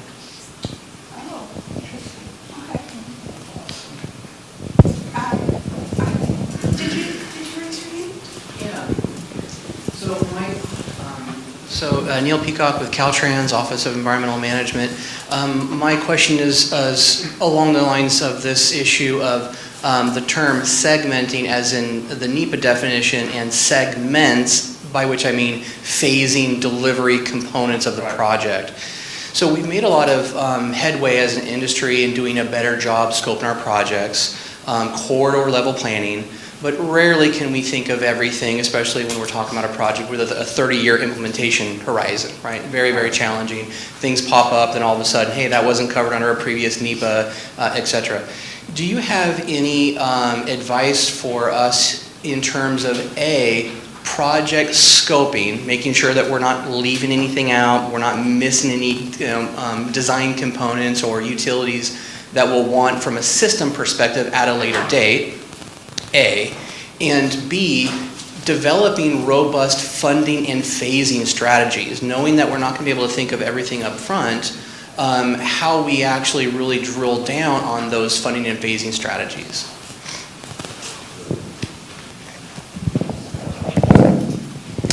Okay, I guess the first part, yeah, I think we all agree on as you pointed out, from the NEPA perspective, segmentation, we need to make sure we meet that criteria, and then you want to build it from a construction point of view in different segments based on funding and so forth. As far as I will encourage you to make sure when it comes to the definition of the project from a NEPA perspective, I mean, from the FTA perspective, you really need to be broad on the scope of work. That way you cover all the elements. I mean, a typical example, you're building 5 miles of rail extension. We want you to be broad. There's no need for you to be that specific as to how many, for example, do you need so many vehicles? Sometimes you have, in the transit industry, we do require what we call a fleet management plan. If that fleet management plan assumes a future growth for the next 30 years and you need so many vehicles, if you have that in a broad sense, that's what we're looking for. There are things that we don't see and the transit agencies don't see. A good example is the next phase for VTA. They want to enter the expedited project delivery program to hopefully to get the funding faster. One of the requirements is that we do require a public-private partnership program, meaning we need some type of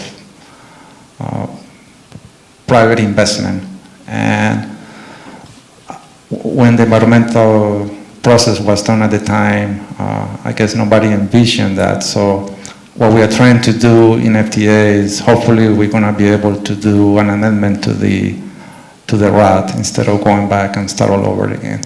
I think we are working with BTA to make sure we can expedite and looking only at the stations. I think that's where we can see the benefit for the P3. So that's a good example on some of the strategies where we can be flexible in the regulations as opposed to going back and revisit and do a full-blown reassessment on an NEPA document.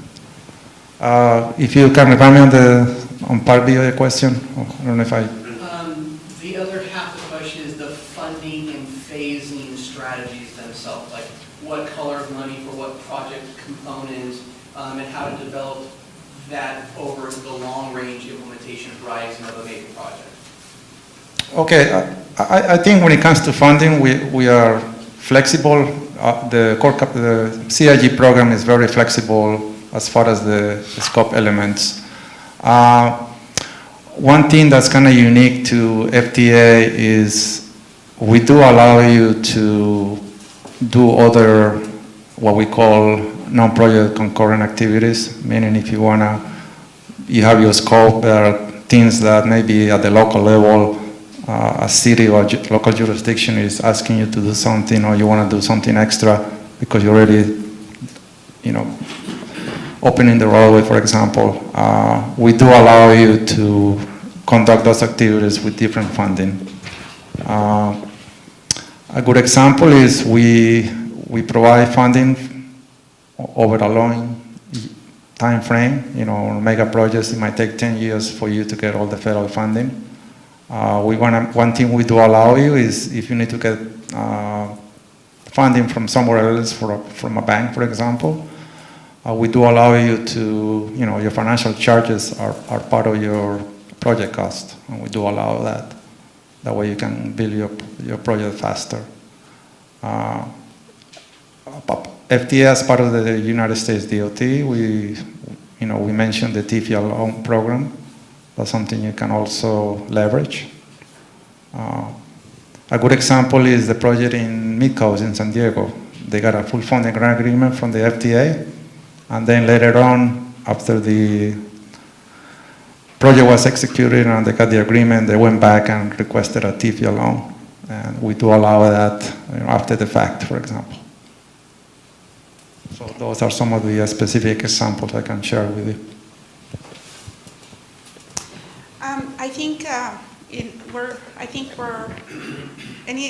If there's no other questions, we'll go to our next topic.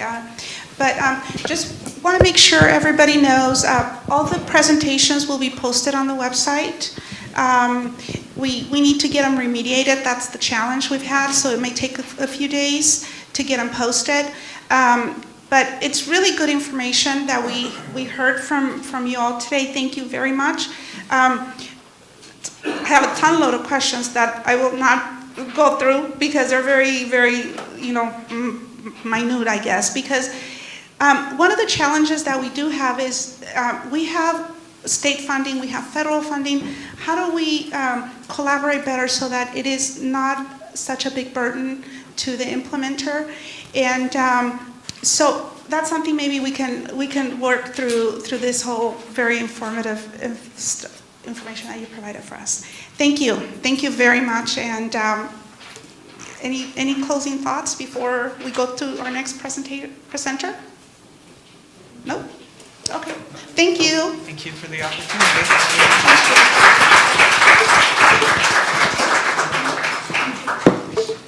Thank you, Patricia. So we have our next.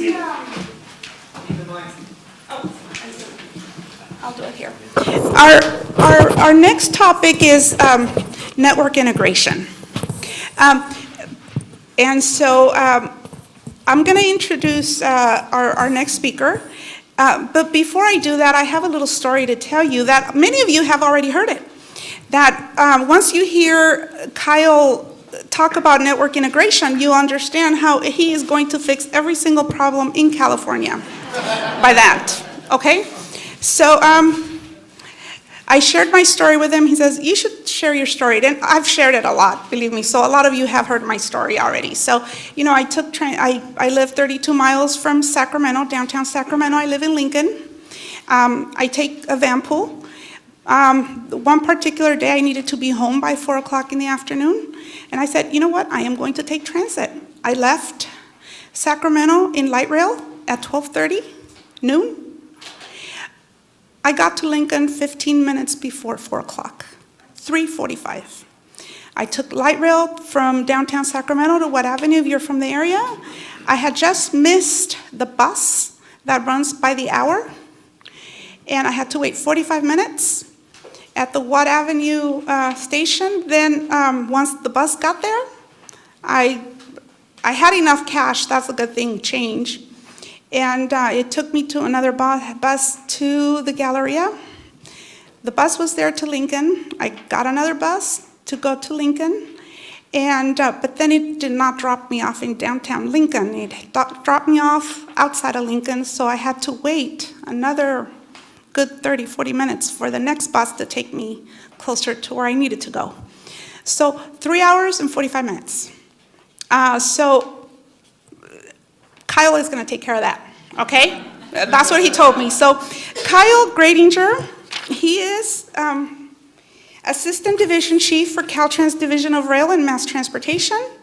Caltrans DRMT develops the State Rail Plan and Statewide Transit Strategic Plan, administers over 30 state and federal operating and capital programs for rail and transit, and supports the 3 intercity passenger rail JPAs in California. Caltrans also owns the majority of the intercity passenger rail fleet in California. Prior to joining Caltrans, Kyle led the planning team at the Federal Railroad Administration, worked as a multimodal transportation planning consultant, and served as president of the Bicycle Coalition of Greater Philadelphia. Kyle, welcome.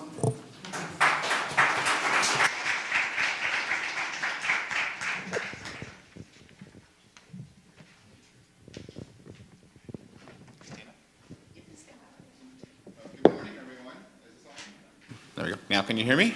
All right. It should be on. Yep, great, thank you.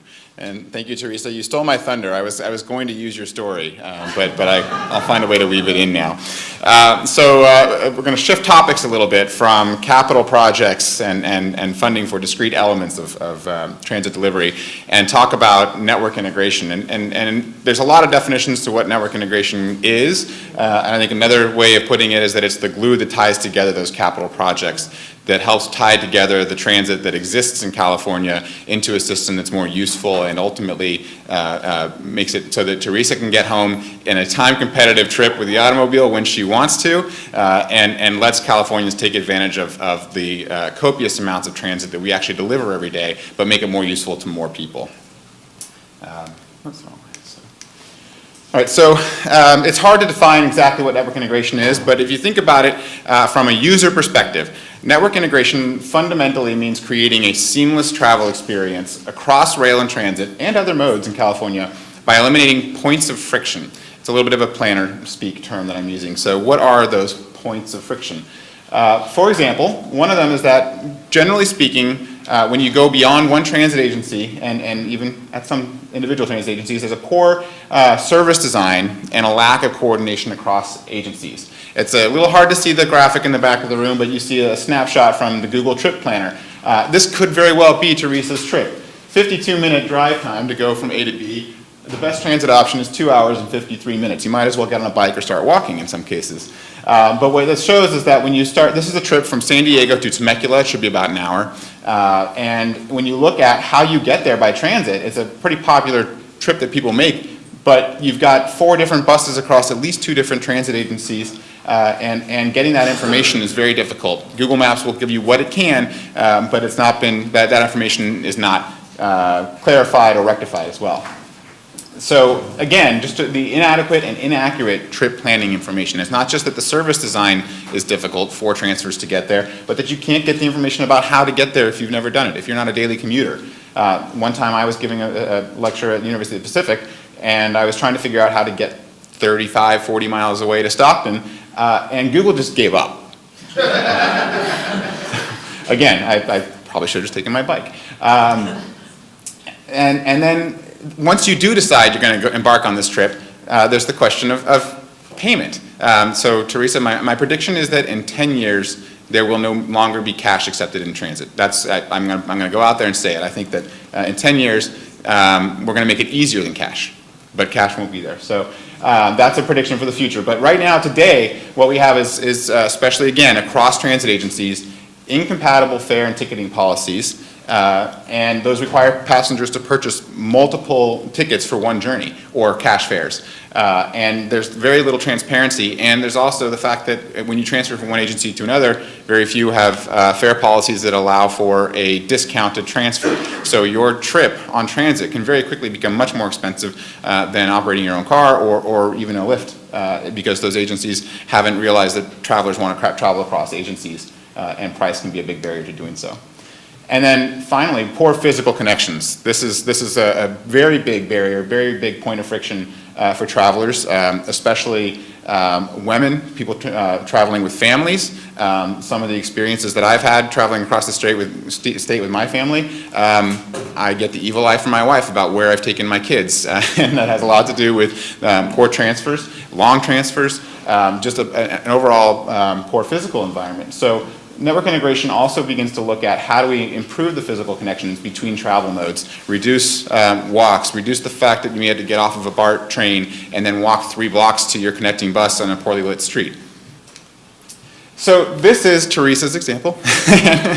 Again, I apologize in the back row if you can't see it, but I stole the graphics from the Transit app. That's the name of the app, Transit. So it's not, it's a catchy name. They trademarked it. But they're a competitor to Google Maps and others. They use information that's out there available on the internet for travel planning. And I like this graphic convention. It tells you over time from here's sort of 8 a.m. to noon on a random morning, how do I get from A to B? A typical situation, much like the one we've talked about already, is that, well, if you leave in maybe 10 minutes and then wait at the station, you can catch a bus, then you wait another 35 minutes until the light rail train comes, and then when you get off the light rail train, you've got another 35 minutes to the next bus, and then you've got to walk at the end. That's going to happen, that's going to take you 3 hours and 30 minutes. Or you can hop in a Lyft or Uber, we'll sell you that right now, and that'll take you an hour and a half and it'll cost you exactly this much. Or you can just drive at 55 cents a mile, $38. So do you want to take the bet that that price, I mean, even if you knew it, that price is something that's a mystery. It could be 3 huge transit fares on top of each other. So if you're willing to take a trip that takes twice as long, it may even cost twice as much as driving. You just don't know. So what if we were able to do something about those points of friction, about the service design, the physical connections, the trip planning, and the fare payment and pricing systems? How could that trip look? This is what I think this trip could look like in the future all across California. The transit option becomes much more competitive with ride sharing or driving by some things that are, well, sound as simple as service coordination. It's not simple, but it's certainly a goal worth striving for. That if we took those existing transit services that are out there, I assume these are the 3 same transit routes, 2 bus routes and a light rail route, but that you coordinate the schedules so that when you get to the end of the light rail line, you don't just miss the bus. The bus is just showing up and you depart 3 or 4 minutes later. You don't have to fumble around with change or the fact that you have a Connect card but this agency doesn't take the Connect card. You tap with your credit card with a wireless contactless payment. So that trip could be shortened simply by coordinating the schedules. You could also do capital improvements on the line. You could work with FTA. You could go for a capital project to make that light rail line express instead of local and shorten that up. But some of these things are very low cost, very design, and very coordinated ways of getting to a better result that makes this trip much more time competitive with cars and Lyft. But also you can put in good service design elements in addition to short transfers. In the future, this will be a trip that happens every 30 minutes, a repeating schedule. The passenger doesn't have to look up the schedule. They know that if they start their trip at noon or 12:30 or 1 o'clock, that trip will be there. You could also incorporate price and fare information, and the technology is out there to do that today. Google Maps and the information that it uses to give you that transit trip option, that already includes a line of code to put fare prices in there. And if agencies want to coordinate and develop what their discounted transfer fare would be, that information can be given in the app. So we could go from this lengthy 3-hour journey where you don't know what it's going to cost and what the situation is going to be like when you're waiting on the platform for 45 minutes to a situation where you're not waiting on the platform, you know what it's going to cost, and you can go purchase it straight out of anybody's app. So that's what we're headed toward broadly with network integration. I want to show a real-world example of where this applies. This is Wetzikon. This is Switzerland, the entire country. It's about the size of New Jersey with 7 million people. But throughout the country, they have created an integrated rail, that's intercity and commuter rail, and local and regional bus system where trains and buses are scheduled to meet throughout the country, every half an hour throughout the day. Intentional connections, not accidental connections. Wetzikon is a suburb about 45 minutes or so from downtown Zurich, up here in the north part of the lake. I've heard it's a town of about 5,000 or 10,000 residents, more like a village. It's at the end of 3 commuter rail lines, and there's also several, I think 12 regional bus lines that fan out from Vetsicon. This is what happens, like I said, every 30 minutes throughout the week, Monday through Friday and on the weekends as well. At 15 and 45 minutes after the hour, there's a pulse where the services come together. So just before the 15 minute on the hour, so maybe 10, 11, 12 after the hour, these 12 bus lines begin to roll into the station. They pull up directly across the platform from the trains. Then these two local lines come in first.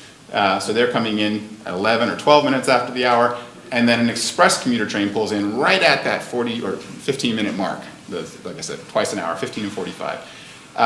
All the trains then and buses have pulled into the station in a period of about 4 or 5 minutes, and the passengers transfer between their modes. If they're going to the buses, they've got about a 5-meter walk. If they're going to other buses or other trains, they've got wide ramps and underground concourses to expedite their trip. Then the trains begin to depart again in the same order. The express goes out first, the locals go out, and then shortly after that, the regional buses start to pull out and head off to even smaller villages, 2,000, 1,000 person hamlets. Every 30 minutes throughout the day, the entire week, 60-foot articulated buses. And this is a travel time competitive mode of not only getting from your hamlet to the village, but also getting to your job in downtown Zurich. And it doesn't hurt that they're riding on Mercedes-Benz buses. It's always nice to tell your friends that showed up to work in a Mercedes. So one of the ways that they do this, and again, I think this touches on network integration as well. Network integration is also a planning philosophy in some ways. And so in Switzerland, the approach that they have taken is that there's sort of a triangle, an iterative process that needs to be considered. And it always starts with service planning, or the product that you're selling to the customer. That's what we're trying to do. We're not trying to build a transit line. We're not trying to build an expensive concrete show-off piece. That's nice, but what's most important is that the customer gets what they need, a good service plan. So you start with the service plan, and then you iterate through looking at what rolling stock will do the job on the infrastructure that we have, and then you begin to think about, well, if I know I need to have a train every half an hour and it needs to get from my place to the next place in 30 minutes to make that system work, then you look at, well, do I need a tilting train that can go through curves faster, or do I need to build that tunnel instead of going around that little hill? And after a while, you start to get to the lower cost pieces that get you to the service plan, the schedule that works for everyone, whether they live in a small town or a large city. So at Caltrans, the Division of Rail and Mass Transit, we took this planning approach looking at the next state rail plan, and we're working with partners throughout the state to encourage this coordinated, statewide, integrated planning to drive the investment choices that we want to make. This is happening right now at the state rail plan level, but it also, I think, can be integrated into local transit choices in the future as well. And it's crucial to that we make targeted investments that meet the near-term goals without precluding the long-term goals. So if we know that eventually we want to get to this great schedule where you can go anywhere in California every half an hour, we're not going to get there tomorrow, but let's make sure that the projects we fund today are going to help us get to that point down the road. And just a quick example of how this can drive down costs, the example I just showed in Vetsicon, where every half an hour you have 3 train lines coming in and 3 train lines going out, they did all of that on 4 single-track main lines. And in the transit planning world, the typical assumption is you just need, in order for capacity and resiliency, you need to double-track everything. What they've proved is that if you know where the trains are going to meet, you know where they're not going to meet. And if they're not going to meet out on the main line, you don't need double-track, and you can significantly reduce the infrastructure costs associated with developing these services. So that's just one example into a place where they've bought into the idea of this integrated network holistically across the entire country. So that was for the user, but for the state and our partners, what we think network integration means is collaborating to eliminate duplicate investments, planning of shared corridors and infrastructure, coordinating the schedules, and coordinating rolling stock procurement and management. And this point was brought up a couple of times from Metro and Sunline and others, the idea of coordinated rolling stock, thinking again about what does everybody need and how can we work together to specify that and procure that in the most efficient way possible. So why are we doing network integration? I'll start with the state rail plan. So the state rail plan and the forthcoming statewide transit strategic plan, which is just a policy document from Caltrans, it's not as concrete as the state rail plan. Both of those will describe the need to coordinate investments in a way that tie together the existing public transit offerings and future offerings across California into a cohesive system. The state rail plan is specifically looking at how we incorporate the intercity passenger rail services that are out there, the Capital Corridor, the San Joaquins and the Surfline, so the Amtrak services, with the regional commuter rail systems and high-speed rail. But the same service and coordination principles that go into the state rail plan also apply to local transit. It's sort of a plug-and-play opportunity where the systems can match up to plug local transit services into that service plan and into those frequencies and those headways. When we looked at the state rail plan and sort of looked at a traditional, what if we just keep investing in the corridors that we have and making the 3 independent intercity rail corridors faster and better incrementally over time, we saw an incremental ridership increase. You can see on the left here, this is the existing ridership. These are the counties of California roughly placed from north to south. So you see San Francisco and Santa Clara, so you see the Caltrain corridor, and you see north to south. There's not even enough passengers going all the way from San Francisco to Los Angeles on trains today because there's a bus connection in between. There's good service, but there's not enough to show up on the map. If we continue to incrementally invest in the system, those lines get a little bit thicker, but you're really just sort of reinforcing the existing travel patterns on intercity and commuter rail in California. But when we took an integrated approach to a service plan that ties together high-speed rail, intercity rail, commuter rail, and assumed then the first and last mile on transit was plugged into that system, we saw enormous growth and change in the passenger flows across the state. This resulted in, it unleashed the desire and the demand for ground travel on intercity, high-speed and commuter rail across the state from what would have been an incremental sort of 5 or 10% growth to an 11-fold increase in rail across the state. So this is our 2040 vision to grow 11-fold intercity and commuter rail ridership in California. And the state rail plan and that network approach also help further our statewide policy goals, climate change goals, mode shift goals, equity goals. We have the triple double double, a Caltrans goal to, I always think about which one is which, triple biking, double walking, and double transit ridership. And we've been making some good headway, especially in walking and biking. Transit, we all know the story, has been a bit more of a mixed bag. But when you tie that into a rail plan and an integrated system where we have an 11-fold increase that we're projecting by 2040, if we couple those two together, we can help achieve that triple double double, and perhaps a whole lot more than that. And then in addition, there's an awful lot of climate change goals that we can help tackle. So overall, through network effects and economies of scale, simplification and the adoption of uniform service plans, standards, and practices, we think that we can realize greater benefits. We can perhaps reduce the cost to operate public transit by eliminating duplication, reduce the cost for travelers to use public transportation by clarifying fare policies and payments, increase ridership, again, make a more attractive system and make it cost less to use, and that would result in increased fare box recoveries and revenues across the state. These are the high-level policy goals, but I think that this can be achieved with a network integration approach. So how are we integrating network integration into the Transit Intercity Rail Capital Program? So in California Code, the founding legislation for TIRCP says that projects eligible for funding under TIRCP, one of those types of projects included is rail, bus, and ferry integration implementation, including integrated ticketing or fare policy and scheduling systems, shared use corridors, related planning efforts, and other service integration initiatives. So network integration is one of the 4 main policy objectives of the TIRCP program. And we're continuing to work on what that means, and in the guidelines that are out right now for the upcoming 4th cycle of TIRCP, we've continued to clarify and modify the network integration language. That is out for discussion right now, so if you want to, please take a look at that, and we welcome your feedback. There will be some listening sessions on October 14th and 15th in Southern California and Oakland, and you can also comment online as well.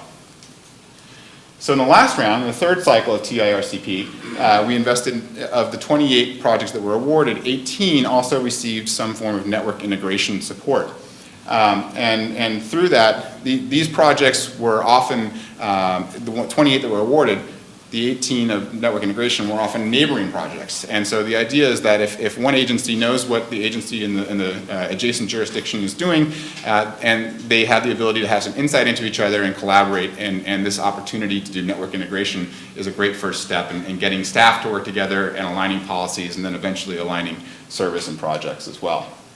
Some of the types of network integration projects that were funded in that last cycle included, for LA Metro, design enhancements to improve the ease of transfers from different systems between Metro bus, light rail, and also with Metro and commuter rail to really help passengers get between the modes to make their trips more efficient. With Caltrain, we offered review and support for the development of an integrated pulse schedule service plan for the corridor.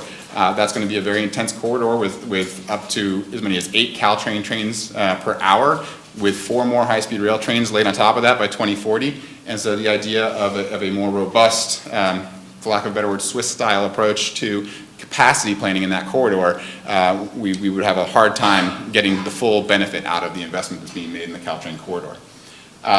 We're doing, with another agency, a feasibility study analyzing the potential for new service on a corridor that's attached to their commuter line. And we were also working with, this was Santa Barbara, looking at integrating regional transit and rail services where they have express buses in 101, and the Capital Corridor, or the Surfliner train is on the adjacent tracks, and trying to integrate those two services so that they can each help fill the gaps throughout the service day. In terms of what Caltrain's role specifically is in network integration, under AB 528, which helps set the standard for our new state rail plan standards, Caltrans is called upon to do interregional transit planning and coordination. We want to work for and with local transit agencies, MPOs, and other partners to help bring these pieces together. And so in our role, the state wants, and Caltrans wants to serve as a coordinator for planning, funding, and also technology decisions that are going to have system-wide impacts. It's so important to state, we need to rely on local agencies to know what's best for their region. And again, I'll bring up some of the topics that were mentioned earlier with LA Metro and Sunline, especially with bus procurement. I'll come back to that. The idea of these are the boots on the ground. They're dealing with electrification. That's an area where we all can benefit from working together, I think. I'll come back to that in a minute. Another project coming out of the last round of TIRCP is the California Integrated Travel Project, or CAL-ITP. And the goal of this is to eliminate the points of friction, the barriers that I described earlier around trip planning and payment. And if we can make it easier to plan and book that trip, like in the example that I showed with the graphics, we can hopefully increase ridership across California by offering a seamless trip planning and a tool that customers can rely on and buy their trips in. Just in general, making transit easier for the rider by enabling a great user experience. Meet changing consumer expectations. What are the payment options that are out there today? Who has cash in their pocket anymore? What can we do by working with Apple and Google and Visa and others to move us into the payment systems of the future that may be in everyone's wallet and will enable us to save costs over the long run on fare and revenue collection, and also information management. The transit agencies have large contracts for today. Can we standardize some of that across the state and help reduce costs and increase revenue and fare box recovery? So just quickly, this is some of the things that the CAL-ITP program are working on right now. If you look at a trip from a user perspective, there's sort of 4 phases. There's the trip planning phase. How can I get from A to B? And then you have the transaction phase. How do I pay for this trip? Then you're on board, the journey phase. I'm riding the train, and did I miss my stop? Or how many more minutes do I have before I get off? The kinds of information the customer wants to know. And then the post-journey phase is you want to give some feedback, or maybe you left your glasses on the train or your iPad. Who do I contact about that? We're focusing right now on the first 2, the trip planning and the transaction phase in the CAL-ITP project, looking at mobility service data, the data that drives the Google Trip Planner, and payment systems. What can we do, again, to make sure that mobility service data is accurate and useful, and that the payment systems can help drive down the cost of revenue collection and make it easier for the customer to travel across the state with the Visa card in their wallet rather than having 7 or 8 cards, which are giving me a spinal condition right now. Some of us walk around with wallets that thick when we travel around the state. So again, if we integrate beyond the mobility service data and the fare payment, If we get into things like contracts and procurements, if we use state procuring opportunities to procure a merchant services agreement with a credit card provider, and instead of going from a 4% fee or a 5% fee on each transaction down to a 0.5% fee, because we're selling not just the transit trips for one agency, but for 160 agencies. What are the opportunities there to bring down costs? What are some of the opportunities with wayfinding that we can put into people's mobile phones? It could be the virtual reality. You could be walking along and your phone tells you, look out, you need to turn right to get to your platform. We can get to that point at some point in the future. So that's going to be an exciting project, California Integrated Travel Project. You'll probably start hearing more about it in the future. We really want to help set up the standards and policies that agencies across the state can build off of. And then finally, moving California forward, this is the idea that was raised earlier by the bus agencies. We are at a point in time now where we are going to see a tremendous shift in vehicle technology.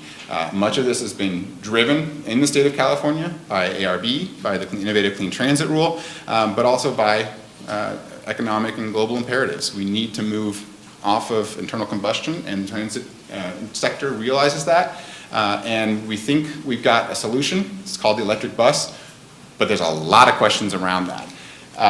So the shift to zero emissions buses is going to require an enormous amount of coordination and integrated planning. And if you go back to that example I gave in Switzerland, where they look at the service plan and the rolling stock and the infrastructure and how they all work together to provide the product the user uses, zero emissions buses are a microcosm of that. We have to think about what are the routes the bus has to run. There's a rider at the end of the day. That's why we're doing this. It has to provide the service the rider needs. But then we have to think about, well, what are the trade-offs between a battery electric bus and a fuel cell bus? And if we have a battery electric bus, are we going to do opportunity charging like LA Metro is going to do, picking up juice along the way, trying to keep the battery full, or can we do depot charging? But then that gets back into your service planning and your infrastructure. Do we have the ability to run the bus back to the depot every 30 minutes to charge it? Do we have enough power from PG&E or SoCal Edison to actually power up an entire fleet of buses? Oh, and then what about time of day charging? What's that going to do to our utility bill? If we want to go with fuel cell, how do we provide fuel cell fueling on site? Do we create it? Do we do electrolysis? These are a million choices that the industry has some great minds in it, but it's going to take a lot of great minds. And we think that by working together, not only with transit agencies in the industry, but other state agencies, ARB, the California Energy Commission, GoBiz, and others, we're starting to make headway now on what are these issues, what is the path forward, and it's not going to be a one-size-fits-all approach, but if we can bring the state resources to bear and start to think about how each of the choices moving toward electric bus fit together in terms of service plan, rolling stock, and infrastructure, we're going to really be able to create an opportunity for California as a whole to take a leadership position globally because of the ARB rule and the energy of the agencies that are out there. So that is a long, winding way of getting to what network integration means to us. I hope that answered some questions, and I'm sure it probably created a few more. So that's my presentation. Thank you, Kyle. Thank you. And we add network integration into the mix, and now it gets more complicated, right? Project delivery gets more complicated. Do we have any questions for Kyle? We do. So stick around, Kyle.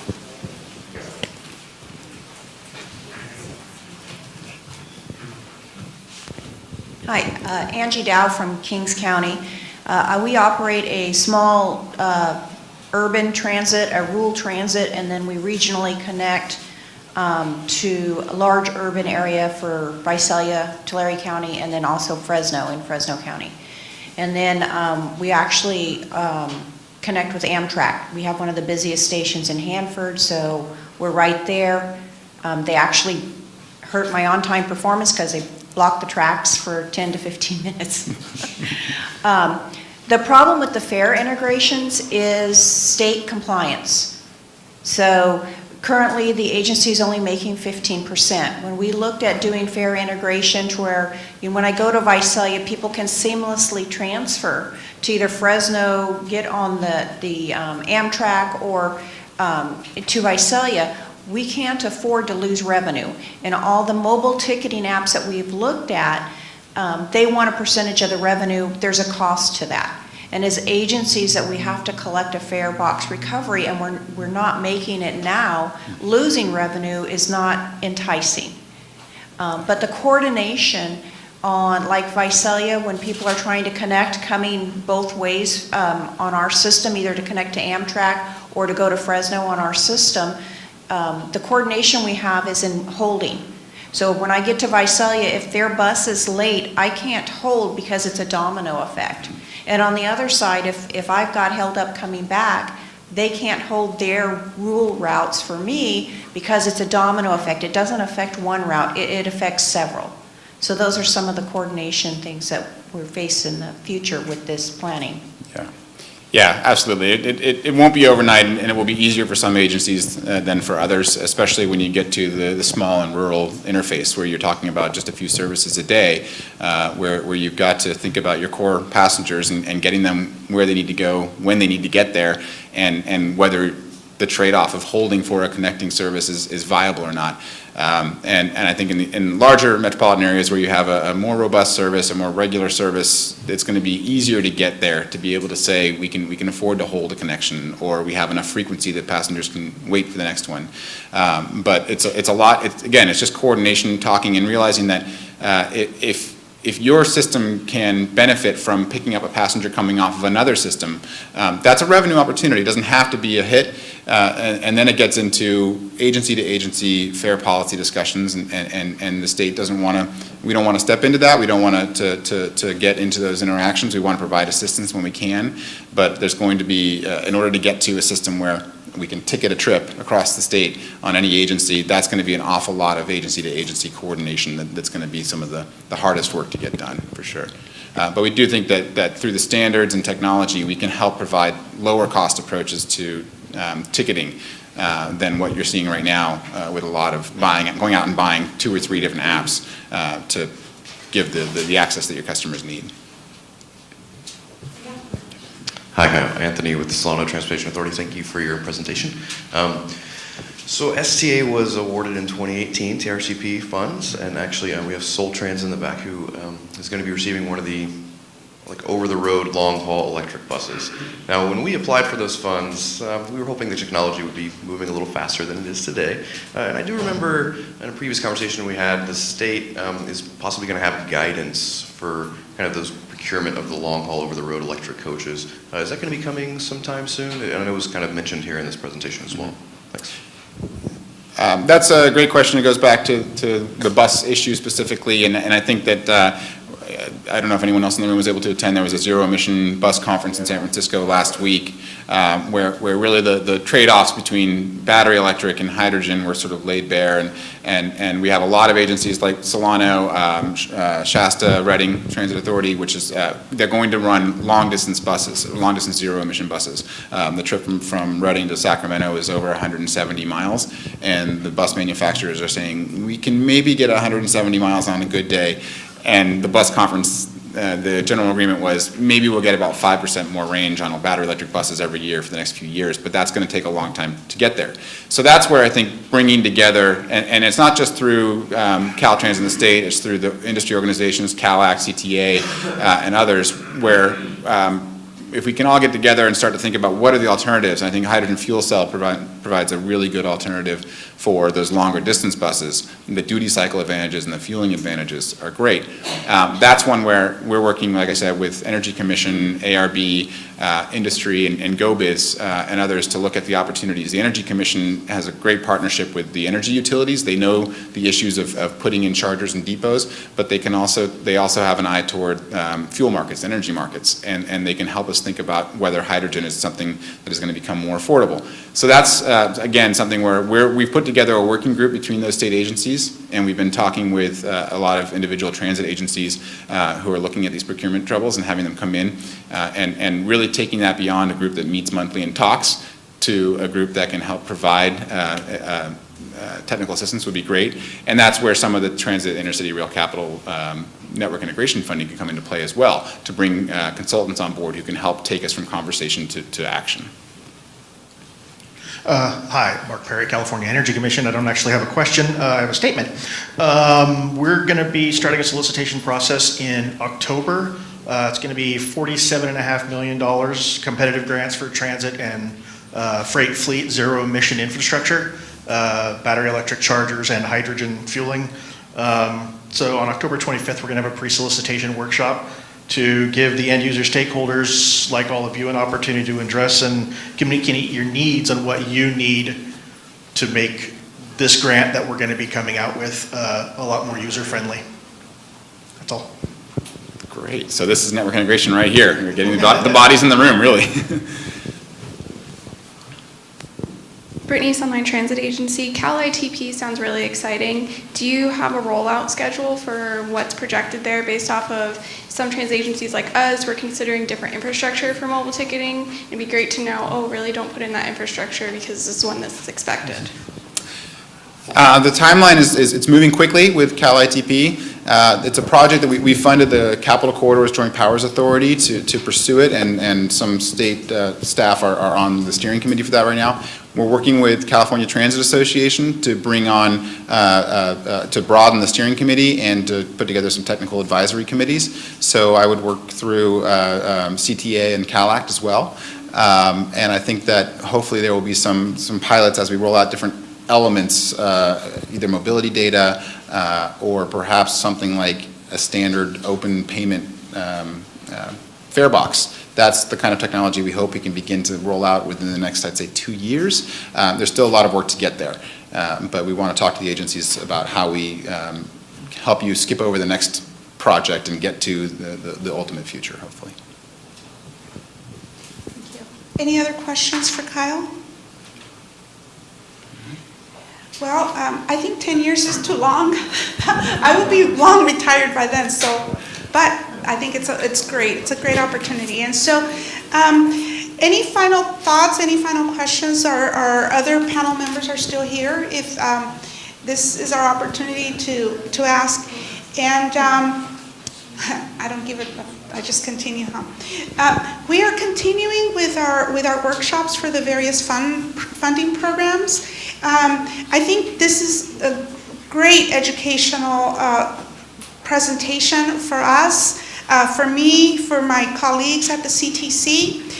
We are developing guidelines for the programs, and so if there are transit-specific things that we should be considering to incorporate into our guidelines, I think that is really the goal. One thing that comes to mind is, should network integration be incorporated into projects that are proposed for funding under our programs, the very large mega projects? So, that just comes to mind.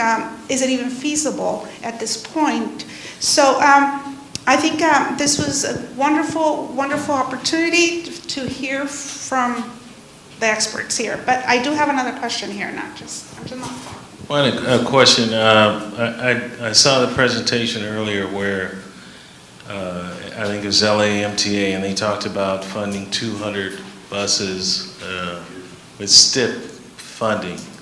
Is that just a regional priority? How does your agency look at like funding vehicles on the STIP program as opposed to some other alternatives? This is Patricia. Could I ask that question to be repeated? How does the CTC view funding vehicles with the STIP program? Is that your question? Yes. Okay, yes. As you know, the STIP is a formulaic program, and it's divided with the regional shares and state shares. And I guess many could say that the beauty with the STIP is that it allows the regions to prioritize their projects. And so that is really, yes, LA-MTA did have, for a number of years, program vehicle purchases. Now, if they are proposing the STIP, vehicle purchases have to be federalized. And I cannot even say now with PTA funding, because there is no PTA. So that is a requirement for any vehicle purchases to be in the STIP, has to be a federalized project.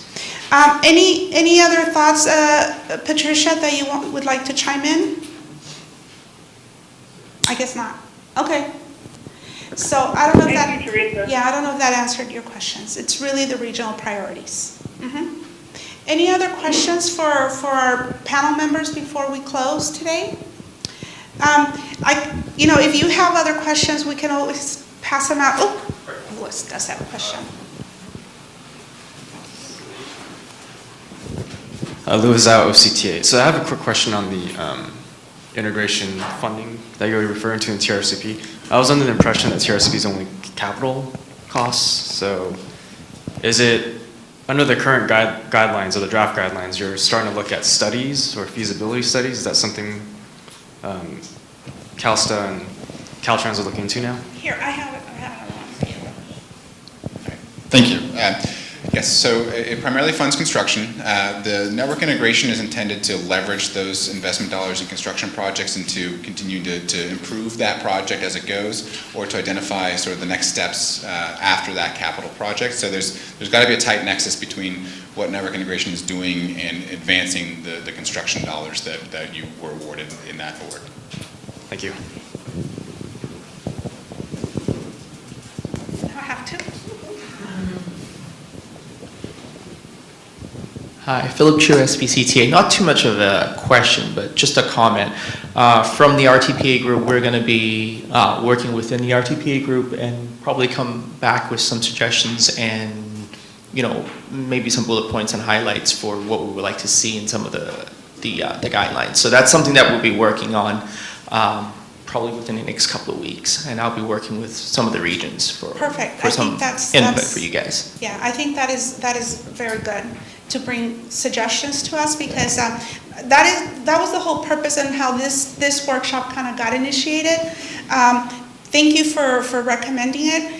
We do need to get more educated on transit. We need to figure out a way that we can collaborate and cooperate a little bit better with our other funding partners, so that it's not too much of a burden. Well, anything here is We'll probably take some of the stuff that we talked about today and do a summary of it. And I think it's perfect. And submit it to you. Yes, just so you know, all our guidelines we're in the process of updating guidelines. I already said this. We're probably going to have a workshop middle of October, late October. We anticipate having draft guidelines in December for the congested corridors program, and we delayed that for one meeting, and so final, hopefully, guidelines will be adopted in January, and at that point, the trade corridors and the local partnership will be bringing forward draft guidelines. So in the meantime, you hear from all of us. If you're not in our distribution list, please you can put your name on the sign-up sheet, and we will make sure you are in our distribution list for future workshops. Oh, I have questions. I'm sorry. Teresa, Adrienne Curtis, OCTA. It's related to the schedule that you just mentioned. When will applications for TCEP and SCCP be due to CTC? Right. So now that we delayed the program, we are thinking May timeframe, because based on the prior workshop, we talked about having the programs be adopted at the same time. So that is still October. So moving back, it will be in the May timeframe. Okay, late May, first week of June, for both programs. It's June 15th for trade corridors. Oh, June 15th for trade corridors, and I'm thinking May 30th for the solutions for congested corridors. And it'll be in mid-May for local partnership. Yes, and mid-May. So it's about that time frame. Okay? So you have more time. We all have more time. There's some online questions. Do you have the ability to? Oh, okay. And where are the? Huh? Got a message down. Okay. So let me. We have online questions. Let me see if I got a text. Cannot.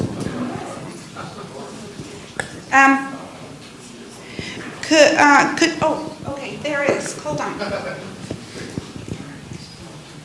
It says, could general grant programs be more amenable to the vision of service-based integration transit? example program eligibility evaluation criteria that would help state local funded. Is it eligible component network integration for federal funds? I would think it is, yes. Oh, it's part of the project, right? I don't understand the question, but are there concerns about the grade change being overly mostly, for network integration being more like private, just having, since it's mostly going to be privatized, the integration, and is that a concern for the state? I guess that's one of the questions. I don't know. I'm not really quite sure what the questions are, but you can always send us the question, and then if there are questions that we can always do a Q&A and do it and post it online, okay? I think with that, any other closing thoughts before we conclude our workshop? Again, thank you all for coming. I think it was a very, very informative workshop, and so hopefully we can have more in the future. As we develop our guidelines, questions always come up. It's like, whoa, if that's a question, we should all talk about it together. And so thank you, Kyle, thank you, Bernardo, thank you, Don, and Marcella, and Patricia, and thank you all of you for coming. And for those of you that came from far, safe travels, and for those of you that are close, we're here. And again, thank you. Bye, Patricia.